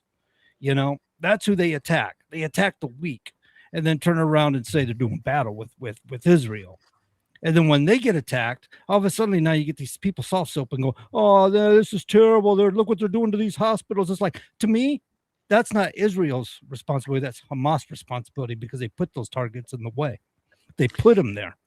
Well, and that's correct. The law of land warfare prohibits attacking cultural sites, sites of faith, or civilians. However, when those things are used for military purpose, it negates their role as a cultural site, a heritage site, a residential area, or a civilian population. So they become legitimate targets. And that's why they do this. The U.S. tries to avoid taking out things, whereas ISIS goes and destroys ancient Palmyra. You know, it's unbelievable. It's something that's 2 millennia old. No, it's but there's an obligation to do as little damage or do as harm as possible when you're fighting a conflict. You can't just go in trying to carpet bomb everything if it's unnecessary. If you've achieved your goal, now it's just being spiteful and it becomes a war crime. So there's a distinction there, one that soldiers are taught, so that they. Do you feel like Israel's crossed the line? No, not at all. Not at all. No, Israel was invaded. Now, this comes after years and years of them. So I remember when this all started, October 8th, Israel out of Gaza. Israel's not in Gaza. They have been in Gaza since 2005, 2006. They pulled out. There were elections, and eventually Hamas won election, and they've run it like a fiefdom ever since. Israel's not there. They've never been there for decades. And so these people know what they're talking about. But the thing is that prior to October 7th, 2023, Hamas had fired thousands of rockets and artillery rounds and flew drones into hospitals, clinics, libraries, schools, commercial facilities, all to murder Israelis, Christian, Muslim, and Jew. And they've been doing it for years with impunity. The only reason it's not worse is because the Israelis developed the Iron Dome, which shot down a lot of these things. That's why they have the Iron Dome, because they had a daily threat. And if they didn't do it, the population would be wiped out. But they're never targeting Israeli military bases. They're never targeting industrial production. They're always targeting civilians because they're terrorists. It's been going on for years. I mean, it's no surprise to me whatsoever. They are who they are. And look at their charter. Their charter calls for the elimination, destruction of Israel. That's all you need to know. They're a terrorist organization. That's it. That's it right there. They're just terrorists. Done and dusted. Yep. So Done and dusted. Apparently, Merrick Garland is being accused of having lied about probable cause or justifiable means to go into Mar-a-Lago. Have you heard this one? Yeah, well, I believe I said so. It was as it unfolded. Now I'm being proven correct. Yeah. So apparently now it's coming to light that a lot of FBI were swapping emails and stuff, and this is where it's coming from. Is the fact that they got these emails and exposed that they were saying we don't have any right to go in there. We don't feel comfortable doing this. You know, and you know what that is too, though. That's FBI agents that know that this is going to be subpoenaed, covering themselves too before they went in there. That's a smart move on those guys. But they're smart enough to strategize to cover their own hide in. Because they know they had no real right to go in there, and that this is going to be discoverable. Yeah, it's smart. Cover yourselves for sure.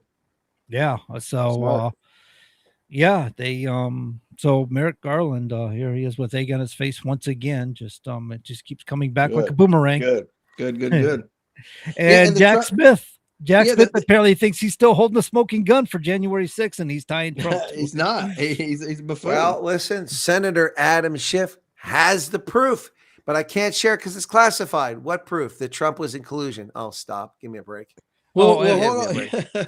Yeah, no, the Chinese have all the classified information that they got.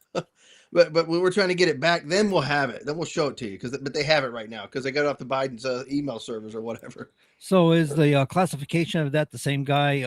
Is he the same guy holding that? Is the guy who's anonymous, who's reporting that Rand Paul's taking millions and millions of dollars from Venezuela, but nobody knows who he is, but he's in D.C. telling Trump all about it? Oh, God. Have you heard this one? Sure. No, I haven't heard that one. That's interesting. Yeah, that one was going around. You got to like, think about this. If you're going in and out of the White House, there are people that watch everybody going in and out of the White House. Who's who? That way they can report on somebody going in and talking to somebody. They may not know who you're talking to, but there are reporters and there's all kinds of people that are out there spying, seeing who's going in all those gates at the White House. Oh, no doubt about it. You know, if there's somebody like that, somebody knows who it is. So I don't buy much into it because they'd be selling that information. Oh, come on, Todd. Everybody knows there's an elevator over there to the somebody Washington Memorial that goes 18 stories deep, and you take the tunnel underground. If you go into the Eisenhower building or the White House or even probably the Treasury building, which is connected, somebody's watching those gates to see who you are. Trust me. Yeah. Well, I can tell you this much. I know that to be true because guess where I was on Friday? Oh, he was down there? Were He you was one of the ones spying on the He was gates? reporting from Washington D.C. You didn't watch the Night Owls? Come on, he night owl. No, I didn't see the Night Owl. He was sorry. night owl. He was hooting out there I right missed next to that the one. White House. I'm sorry to say, man. I'm early to bed, early to rise. I missed the Night Owls. He was hooting and hollering. I don't know if you saw all of it, Todd, but I did an interview with some folks from South Carolina. That was pretty cool. No, I was watching it at the World War II Memorial. I thought that was kind of cool. Oh, that was later. Yeah. That was I a like short that one. Really nice. Yeah. I was pressed for time because I had to get back and get my car there. My strategy was to wait till DC cleared out so I wouldn't sit in traffic.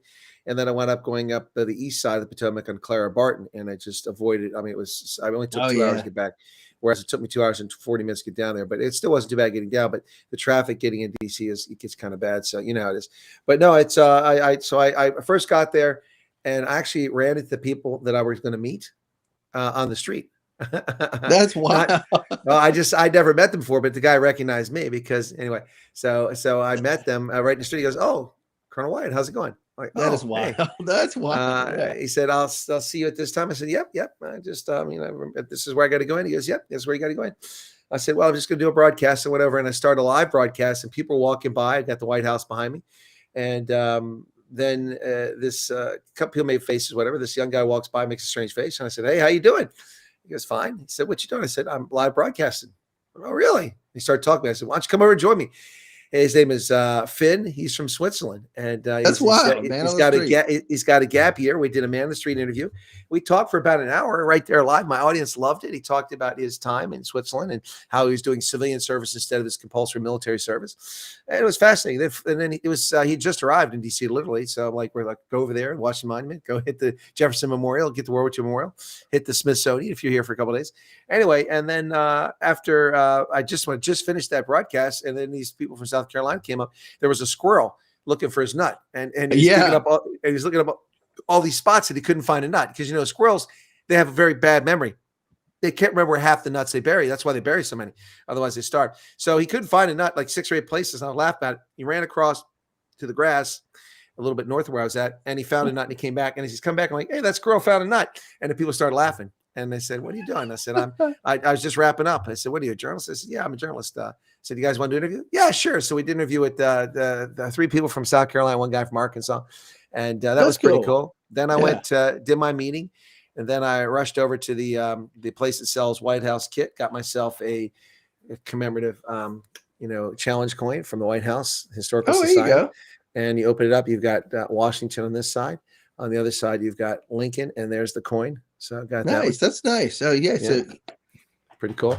I got this bad boy. It's a little lapel pin, or put on your lapel. From the White House. Got a nice hat. Got a T-shirt. I bought that bust of George Washington back there on my shelf. You can't really see it very well. It's kind of dark, but during the daytime you see it much better. Yeah, spent some money there. Got the White House Christmas ornament from a few years that I didn't have them because they have a lot of them in stock there. Oh, and right. Yeah. Then I put that in my car. By the way, I found a place to park within spitting distance, the White House complex, for $14 for 6 hours for DC. Holy snakes! You stole something. I went online and I found the best option. And it was only about 100 meters further to walk.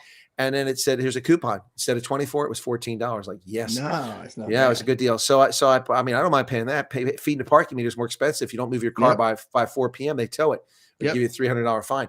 So I rushed back, put this stuff in the car. Then I went down and I went in front of the White House, took a couple pictures because when I was there early in the day, they had blocked off the street for some construction work. Then it opened up, you get over to the fence right there at the White House. So I went over, took a few pictures there. Then the east side of the White House is all blocked off. Because construction, they're replacing the ballroom there. So you have to walk way up and around. With my hip, I'm like, I'm not going to have time. So I went back, went down the west side, 17th Street, went all the way down to the mall, and then I filmed that short one. I grabbed my stuff and I went back as fast as I could on my hip, and I got back in time to get a peppermint mocha from Starbucks, use the restroom, go get my car, and was out by 6, by literally at the last, like with a minute to go. I gotta ask you, how much did you pay for the peppermint mocha compared to the parking? I gotta see here. Peppermint mocha was $7, parking was $14. All right, yeah, that's funny. But Man, the pepper mocha lasted for 2 hours on the way back. So, it's, yeah. I paid 6 hours for parking. So it's a little bit more expensive.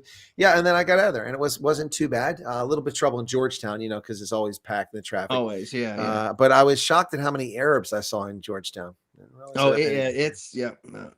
a friend of mine I met many years ago from Saudi Arabia. We're still friends to this day. She occasionally teaches over at GW, but I met her many years ago, and she told me every time I go to the Middle East, she's like, Todd, you have got to be careful. And she's telling me going to Saudi Arabia, you've got to be careful. They are crazy. They will kill you. Why do you think I got the heck out of there? Be careful. Every time I go to Saudi Arabia, she warned me. Hey, John, so we got about 35 minutes left. I think you wanted to talk about Brown as well as the president's speaking time. Maybe we should start with Brown and then lead people into the president, because I've got to drop off at about 5 till to go live and cover the president. But right. So maybe we should start with Brown. John, what do you think? All right. Tell us, what do you think about Brown? That was kind of a crazy thing. Who do you want to start with? Yeah, no, I'll just talking about the shooting of Brown University, right? I'm just wondering, what was anybody, because I saw some reporting, and maybe it was early on, that lady was particularly targeted, or was it just random? I'm just trying to figure that. That's still in dispute. I mean, the argument is because she was a young Republican leader, vice president, or vice president, young Republicans, or something like that. And so there's and that's not exactly a big crowd on Brown campus. No, it's definitely not. It's definitely a small minority of people. So there was talk that she was targeted, but I don't think they produced anything that can verify that. But I mean, the whole thing is just really fishy. I mean, this is one of the most heavily surveilled campuses in the Northeast United States. They have hundreds of cameras, if not thousands, all over campus. They've got every angle covered. And this person magically isn't any of them. I'm calling, no, that's nonsense. That sounds to me like somebody's running interference, is sitting somewhere in a control center and overriding the cameras and shutting them down as this guy goes around campus. I don't mean to be like, Jason Moore conspiracy theory, but how do they have no footage of this person? All the cameras are out. If you have a good camera network, it overlaps, you're going to find somebody on one camera or another. It's going to be hard to hide on. Is it that there was no figure on camera at all, or was it just that every image was blurry? Or they released another image this afternoon, but another video, but everything so far has been from Ring cameras in neighborhoods, not on campus. And I don't know what drove them to think that's a person. I mean, they may be onto something, but it isn't clear why. They haven't told us. And that might be not to prejudice the investigation or undermine it, but I don't know. But the bottom line is that the whole thing is very, very fishy. Very, very fishy. Well, I'd imagine with the Ring cameras and stuff, they probably going through student IDs. And this is one guy standing out, as we've seen him on several Ring cameras. And he's not a student. He's not, so maybe they're it's just a person of interest at that point in time. John, you're giving them far more credit than they deserve. This is like the Keystone Cops in Bondi Beach. Let me explain. No one cleared the people coming out of the room. When those people came out of the room, they should have been marshaled into another place where zip ties are put on them. They're person searched. And the reason to put zip ties, there's too many of them. You can't just wait, search them all because they could bum rush you. Zip tie, zip tie, zip tie, zip tie. It only takes a second to zip tie somebody if you know what you're doing. Then you go through each one of them, interrogate them individually. What are you doing here? I'm a student in class. What's your name? All right. You have ID. You have back pocket. Boom. Okay. All right. Do you know this person? No. They don't even know who. They're doing a public appeal. If you were in the classroom that day, could you please come forward? How does that happen? There's also students who videotape the people in the room with them while the shooting was going on. We've seen it on social media. Why are those things not in the possession of the police? Because they're Keystone Cops. This is an ineptitude of the highest magnitude. This is as bad as Bondi Beach, but it's only because the guy went in the classroom and wasn't standing on the beach with 1,000 people. But I mean, this is not acceptable. This incompetence is not acceptable. The Uvalde police chief should be fired. The police chief in Brown, the campus security people should all be fired and probably charged with negligence. Negligence. Just saying. Yeah, I would agree with you. Absolutely. 100%. I mean, come on. This is not rocket science.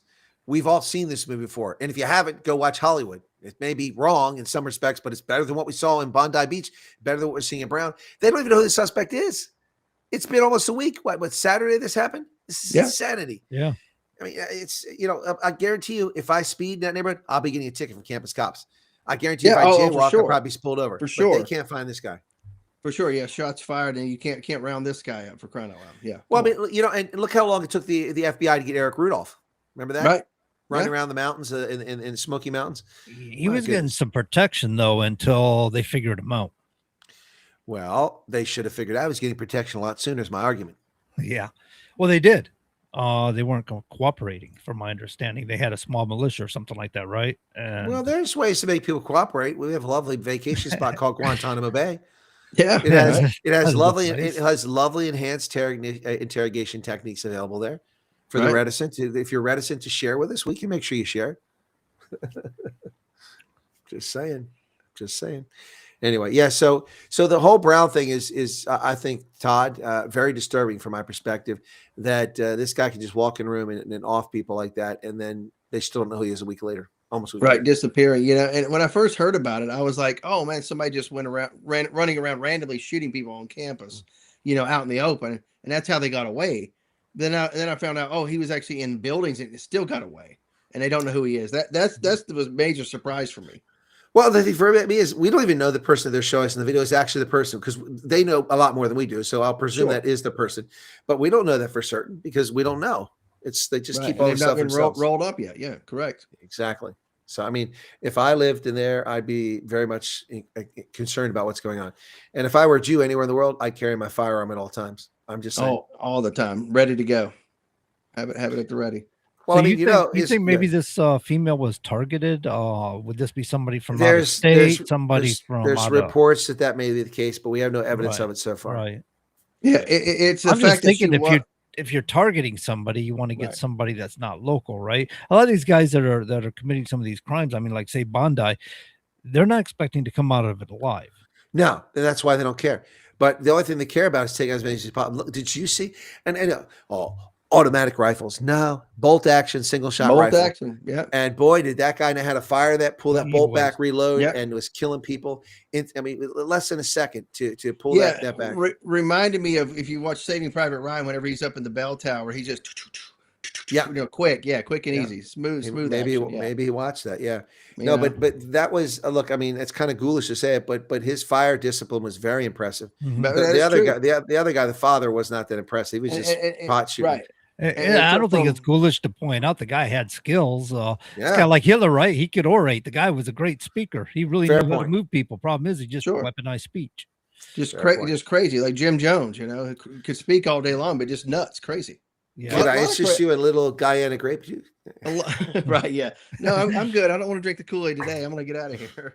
And they went and killed the congressman at the airfield, right? And a couple in his party, right? Yeah. Yeah, they just nuts. And the videographer, yeah, crazy folks, man. But it's funny. How are people led to follow people like that? Or is it just they're desperate and just want something in life to believe in? Or I mean, how do you follow nuts like this? So I mean, look, some people have a Masonic aura about them, Masonic complex, and a lot of people are desperate and looking for people to lead them.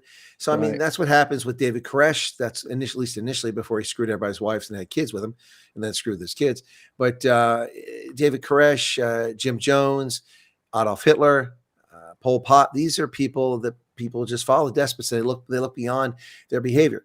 But I think it's a psychosis in some respects. People can't do anything wrong. But like we told President Trump, we criticized President Trump. In the last hour, we talked about his tweet about Rob Reiner. Just don't do it. It's bad for him. Now, John didn't take exception to it, but Todd and I took exception to that. Oh, but I understood what you were saying. I mean, as a president of the United States, he could conduct himself more tactfully. Sure. However, I didn't have an issue with, people often say you need to respect the dead. And there's a point to that, and there's a great sense of logic and reasoning to it. But it's just, to me, if you want respect when you die, you got to give it when you're alive. You know what I mean? There was no reason Rob Reiner attacked Trump the way he did constantly. But he could be a decent guy. When Charlie Kirk was assassinated, he pointed out that was a terrible thing. And when there was an attempt on Donald Trump's life, he also did not go out there and say, "Oh, he should have hit him or he shouldn't have missed." He was decent about it. So he had a decent side. Politically speaking, he was just over the top. and he's willing to sink our country. Well, speaking of somebody who's not going to sink our country, tonight at 9 p.m., approximately 27 minutes or 26 minutes from now, President Donald Trump will be speaking from the Oval Office and the nation to the address. I anticipate, John, this will be a conversation about his accomplishments as president in his administration in the first 10 months. He's going to talk about the myth of affordability, which, of course, the Democrats caused the unaffordability crisis, and now they're trying to blame it on the Republicans. I read a Wall Street Journal article last week or earlier this week that was talking about, the tariffs. Everyone was wrong about the tariffs. Trump said it would bring in $1 trillion of revenue, and the pundits and the economists said the economy is going to tank. Prices will soar because of tariffs. And I said at the time when he announced it in April, I said, neither one of those is true. And people are like, what are you talking about? I said, well, number one, the cost of tariffs don't automatically, and we've shared it here, don't automatically get passed on to the consumer. If the increase is small enough, in order to maintain market share, a company will go ahead and eat that loss or pass some of the loss onto its suppliers. So everybody takes a little bit of the bite. But if you get too big, like 30% or 40%, you can't really do that. But the tariffs have not tanked the economy. They've not caused inflation by and large, but they've also not brought in trillions of dollars of revenue. They've brought in hundreds of billions, and that's fantastic. But the bottom line is what I said. It's not going to be a major break in the economy. Right. And quite frankly, what just disturbed me about the Wall Street Journal article is they talk about in the Wall Street Journal how Trump promised to bring back manufacturing jobs, but we haven't seen any uptick in that. I'm sorry. Do you know what capital goods are in construction of industrial capacities? You don't just announce a deal for a Toyota factory in Spartanburg, South Carolina, and boom, by November, it's up and running. It doesn't work that way.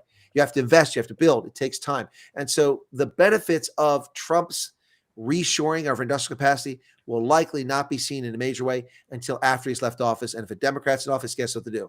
You're going to be destroyed. Yep, absolutely. Destroy it, or they'll take credit for it. Yeah. Both. First, they'll take credit for it, then they'll destroy it. They'll take credit for what Trump did, just like they blame Trump for the recession they caused. So anyway, that's what's going to happen there. Clinton you had two back-to-back Republicans for 12 years, and he took credit for a lot of stuff they did. A lot of stuff. Well, in fact, Clinton took credit for things he had nothing to do with. He talked about the economy and 18 million jobs. That's not Clinton. There are three factors I've talked about before, in my view, and I need to write a book on this at some point because I've been talking about this for 35 years. But there are three factors. Number one, the American industrial base was fat. Too much white-collar employment. Too many white-collar employees have been carried for decades, whether they're talented or not. It was the nature of corporate America. Layoffs, blue-collar. White-collar exempted from it. So the white-collar class never really went through this pain. And what happened was that a lot of these companies right-sized because they had too many, like IBM had 300,000 salesmen. They need 300,000 salesmen. They weren't generating enough revenue, those 300,000. Other guys could consolidate and make more. So they did voluntary separations. Well, there were thousands of people who went up in the economy. But what did happen, unemployed in the economy, is that these corporations had to get lean in order to survive. So that was the first step. That started in the 1980s under Bush and continued in the early 1990s. So that saved trillions of dollars. The second thing that happened was that the Federal Reserve and the Clinton administration colluded to take artificially low interest rates. So they lowered the cost of capital to virtually nothing, less than inflation, less than population growth in most cases.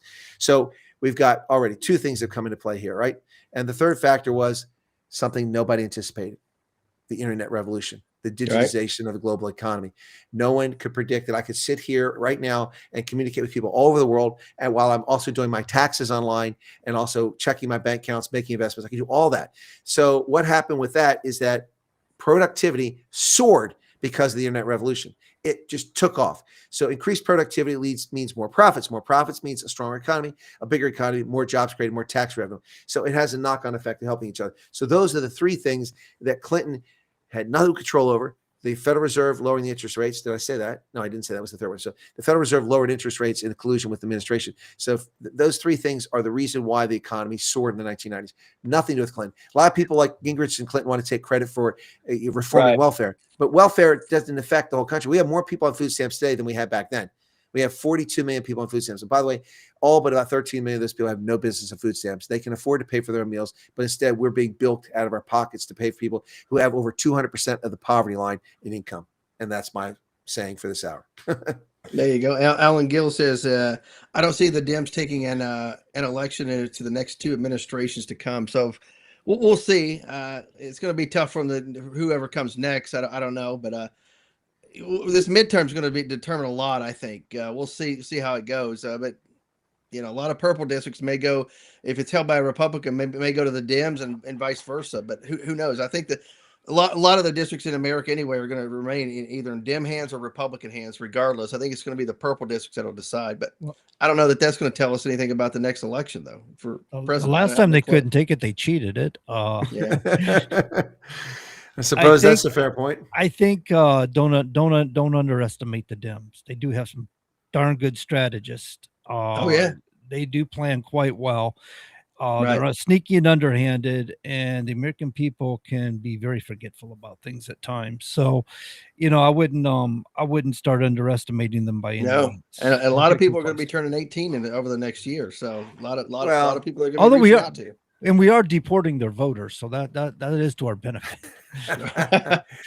Well, yeah, but people are gullible. They really can be gullible. They'll believe propaganda, and that will stick with them. We still hear people saying things that are total myths. I mean, people still talk about the Russia collusion. They actually believe in that stuff. It's been proven that it was nothing but a fraud, a hoax perpetrated on the American people, which some of us said at the time, and we got censored for it.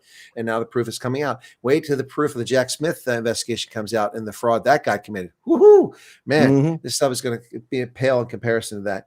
Yeah, what was going on there? Planting top secret information covers on unclassified documents to make it appear as if Trump had classified documents he never had. Forgetting or denying the fact or refusing to report the fact that the National Records and Archives actually communicated, went down to Mar-a-Lago with 3 previous visits, and that team had gone down there. And in fact, if they came there and inspected looking for classified information, they didn't find it, guess who's also culpable in the disclosure? Inadvertent. That team who came down to inspect, because they should have ensured that every single document was accounted for, every nook and cranny, every shoebox, every safe, every place, every chair cushion should have been checked by those people. And if they missed something and it was there before they came, they're also just as guilty, because they have responsibility to clean that mess up, and they didn't do it. So, yeah, imagine all the stuff that Joe Biden stole over the years. I know, Todd, firsthand that he stole classified information. Absolutely. Yeah. Well, you think about this. He didn't even have the Biden Center there in D.C. It wasn't even, the building hadn't even built yet. So he took classified information away, hid it somewhere in Delaware, maybe his garage. Oh, he also hid it. He also hid it at the Biden think tank. There's an oxymoron. Well, that's what I'm saying. The Biden Center in D.C. hadn't even been built yet. So that information had to go somewhere. Then be transmitted back over. So he not only stole it from a secure facility, he transported it. Those are felonies, by the way. Right. He stored it in an unauthorized location, another felony, and you could do it for every count for every document if you really want to get nasty. And then he transported it uncleared and unsafe, unvetted to another location where Chinese spies had access to it. Had access to it because they had paid, basically for the building construction. And so they had access to it, and they had been in that building many times and probably looked at that information. National Records and Archives, I believe, have made 2 or possibly 3 visits to Mar-a-Lago to inspect that stuff previously. If they were coming there after 2 tests and they were finding things, they should have put a mirror at themselves and said, what's going on here? We should have found this the first time. Yeah, I know several people who work in that building there where the Biden Center's house, and they're like, yeah, there's Chinese people in here all the time coming through. Well, they're not Chinese people. They're Chinese government spies. Right. But they're not putting it necessarily together, but they're like, yeah, they're here all the time, in and out, Yeah. Well, it's just like the people like, no, I only need to know how to fly the plane. I don't need to learn how to land. I don't need to know how to land. What flag all of a sudden is going on here? I mean, so we on 9/11 were like the Australians at Bondi Beach, clueless. Clueless, unable to deal with it because we didn't have the imagination. But the truth of the matter is that some people in the intelligence community did have the imagination. And it wasn't just the intelligence community, it was Hollywood. Remember the executive decision with Kurt Russell and Steven Seagal? My favorite Steven Seagal movie was killed in the first 5 minutes. Yes, I love it. Yeah, I knew you were going to say that. Yeah. And so nothing against Steven Seagal, just a fun joke. But that movie, they tried to fly a plane into the White House. I mean, that was years before. And no one ever thought of this. A Hollywood screenwriter did.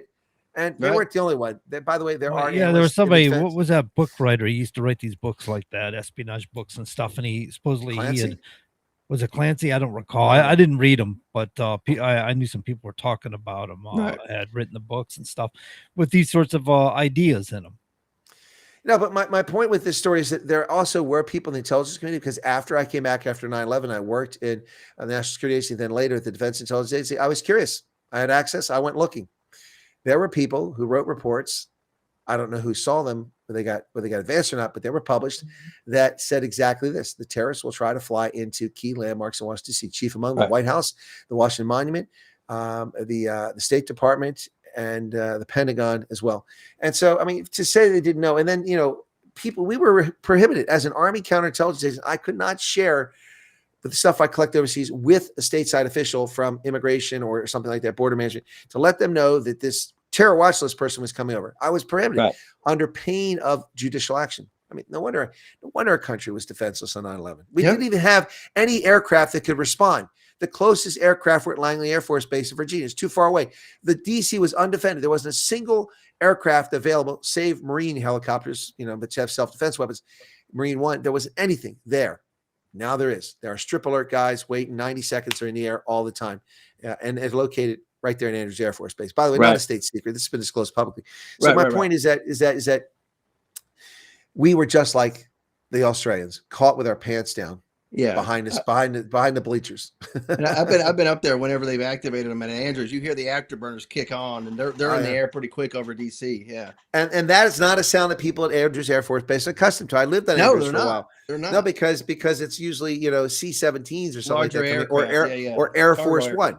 Yeah, not those afterburners go on like what the heck was that? Well, we know what that was. Fast movers. We once upon a time had a robust defense all around the country, major landmarks like that, power facilities, nuclear power plants, stuff like that. But it's all been eviscerated. And I fear for our country if we come to a conflict. I seriously do. I do too. Yep. Big time. So what are you going to talk about tonight during the president's speech? Just play off of him, or how do you normally do that during live broadcasts where you're at? Do you add commentary in, or you allow it to play and then give your thoughts afterwards? How do you handle those things?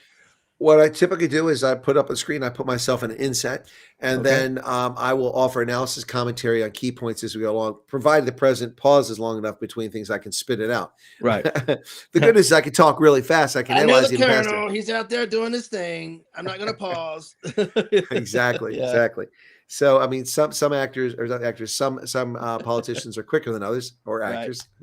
Some of them are actors, by the way. Yeah, they are. Yeah. So remember years ago, of course, Clint Eastwood was the mayor of Carmel, California. Remember that? Yeah.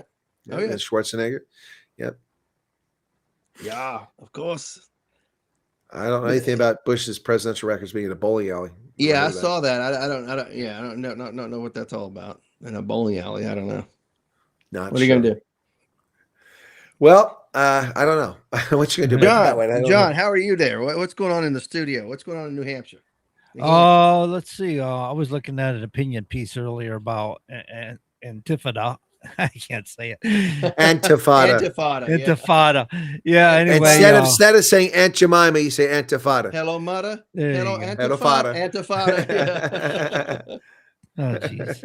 Yeah. Anyway, they were talking. Somebody was giving a piece about people here in New Hampshire were doing the same sort of things. Talking about how the U.S. and Israel should go to hell, and these are locals in New Hampshire, I guess, were organizing some event, and he gave recordings and stuff. But I'd play him, but I don't think they would play through you guys. I don't think you would hear them because of the way the system works with Restream, but. So it's just kind of interesting. That's why we bring that up earlier about how people are kind of growing and seem to be being manipulated to believe that the I don't want to say Palestinians, but Hamas at least is some sort of innocent. Well, they say Palestine, but Hamas is run. I mean, Palestine is run by Hamas, so it's hard to you got to tie the two together. Anyway, did you hear about Jean Piero? Gave some details on how Jeanine Pirro? Jeanine Pirro, the judge. Right. Appointed by Trump to run the district there in DC. And so she came up with some information that DC Metro Police were downplaying their criminal activity and weren't reporting everything. And apparently for prosecutions, they're only prosecuting 65% of the arrest. Well, I mean, that's a number that can be fudged around quite a bit. So, I mean, I'm not sure what to make of that without greater introspection, looking at the data and analyzing it, because, there might be a reason why only so many. It might be the nature of the crimes. It may have been appropriate. I mean, if only 60% of murders were investigated, then we'd have a problem. Right. Big time. So, but I mean, if we're investigating 3% of jaywalking, I'm not losing any sleep over that. No, I think she's talking about actual crimes because she was talking about, that's a crime. Yeah. Well, Yeah, okay. I guess It's a crime. I mean, yeah. I mean, when I'm limping across the street because I hurt my ankle and I can't walk and I'm trying to make it to the hospital and the cop's giving me a hard time when there's nobody in the street but him. I'm going, really? I'm kind of injured here and I'm trying to make my way to the hospital, man. I can't walk all the way up there to the crosswalk. I'm not going to make it. Yeah, it's amazing how he, I can't remember the guy's name. I know it before. I've met him. He spoke at Fort Meade when I was there years ago. The CNN journalist that was out in Oklahoma City, this is after the bombing of Oklahoma City when they had the memorial and everything, but he was out there covering something. It might have had something to do with that event, but he saw that there was a convention in town. It was a Muslim convention. So he went to it. He said, man, the videos I could buy there and the things that they said and the practices they went through, it's the third world. And so then he lost a lot of credibility, unfortunately, because when the Oklahoma City bombing took place, I'm sorry, this event was before Oklahoma City. He brought it to light. Then like a year or two later, the Oklahoma City bombing, which I think was 95, took place. And when that happened by, what's his name there? He's been executed since. When that happened. Timothy McVeigh, yeah. Yeah, Timothy McVeigh. And Nichols, yeah. Yeah. So before that happened, he'd been out there and he'd seen at the convention center in Oklahoma City all these, jihad DVDs and all these different things glorifying the global intifada, not calling it that though, but recruiting people to be terrorists. And he did his story, but when the Oklahoma City bombing broke, that story, he was one of the people that foolishly said this is all the hallmarks of Middle Eastern terrorism. It did not. And that was a mistake on his part. Right. Then he's not a counterintelligence agent, so I can understand why. But when he said that, I was like, oh, facepalm. No. We can't have that. This is going to take the whole investigation. It's going to go south. And fortunately, they caught McVeigh because of the registration on the rental truck. Otherwise, probably never got him. He was feeding into the sovereign citizen movement. But then they said, oh, he's a white male Christian. Then they turned it around. Yeah, I remember that. Yep. So. Well, that undermined it for sure. Yeah, absolutely. So about 10 minutes while the president goes live. What is it, 9 sharp? I believe 9 Eastern. Well, it should be 9 sharp. He schedules for 9. He shows up at 9:20. He might actually start speaking about 9:30, 9:35. That's when he's outside. I think it'll be fine. He's inside. Yeah, but you guys see the 3 Republicans who voted with the Democrats to extend the ACA subsidies to the American. Yeah. What are they thinking? I'm hearing that they may be in those purple districts and they got to be careful. So I don't know. Well, I mean, if we look at where they're at, the 3 Republicans are all from Pennsylvania. One of them, of course, is Brian Fitzpatrick, who is representing the 8th district. The 1st district now. He used to represent the 8th district, but that includes all of Bucks County. It's mostly north of Philadelphia, plus a little part of Montgomery County. That's one of them. Then we have Rob Bresnahan. Rob Bresnahan is just 35, and Rob Bresnahan represents the 8th district. Yeah. So then the third one is Ryan McKenzie. Ryan McKenzie is from the 7th congressional district, and he lives. Is it up in Allentown? Yeah. So they're all on the eastern swath of Pennsylvania, and all in places where liberals are congregated. So maybe that's why they're doing it. But I wouldn't kowtow because of that. But I suppose craving political power is more important than the nation. I mean that's it. I got to save my seat, so I vote for something that's destroying a nation and a healthcare system. I mean that's no reason to vote for something for sure. But you also got to realize some of these people in these liberal areas are conservatives, but they're not conservatives like your general conservative. They sure, I get what you're more saying. on the liberal side too. No, they're coffee table Republicans is what they are. So. Yeah. All right, guys, I'm going to drop off if you don't mind because I get set up for the broadcast Colonel. at present. And thank you all. Have a good week. Next week is Christmas Eve, I believe, when we're doing this. It is the 24th. Yep. Yeah. We'll be here. I'll be making my list and checking it twice. Yeah. Well, where's John? Where's Todd? Yeah, right. John, Todd. That's twice. All right. Merry Christmas, you guys, and Merry Christmas to the audience. You can catch me over on my program on YouTube at Colonel Chris Wyatt at 9 p.m. for President Trump's address to the nation. Cheers. I might have to do that because apparently White House isn't carrying it. They're not? On YouTube. I don't see it. I don't see it listed under their lives. So all right, I'll double check. All right, thanks, guys. See you later. All right, man. Have a good night. All right, there's Colonel Chris White clicking off there to cover the president tonight. Like he said, you can check him out on his show or his channels. Oh yeah. So John, what are you guys doing for Christmas outside of doing the show on Christmas Eve? What's the Grosvenor House? What do you guys prepare, and what's the dish? What are you looking forward to? Well, I normally, one of my favorite things is getting up in the morning and getting that hot. But that's my favorite thing every morning. I get that hot cup of coffee going, and but on Okay. Christmas All right. morning you get the hot cinnamon rolls to go with it. That's always a Oh, all Christmas right. thing, and yeah, kind of chilling with the family, and So, fireplace going. We do have 2 fireplaces in the house, so we'll at least oh, have there one you of them go. going, and the house has been decorated. We always do our decorating. My wife does the interior on Thanksgiving.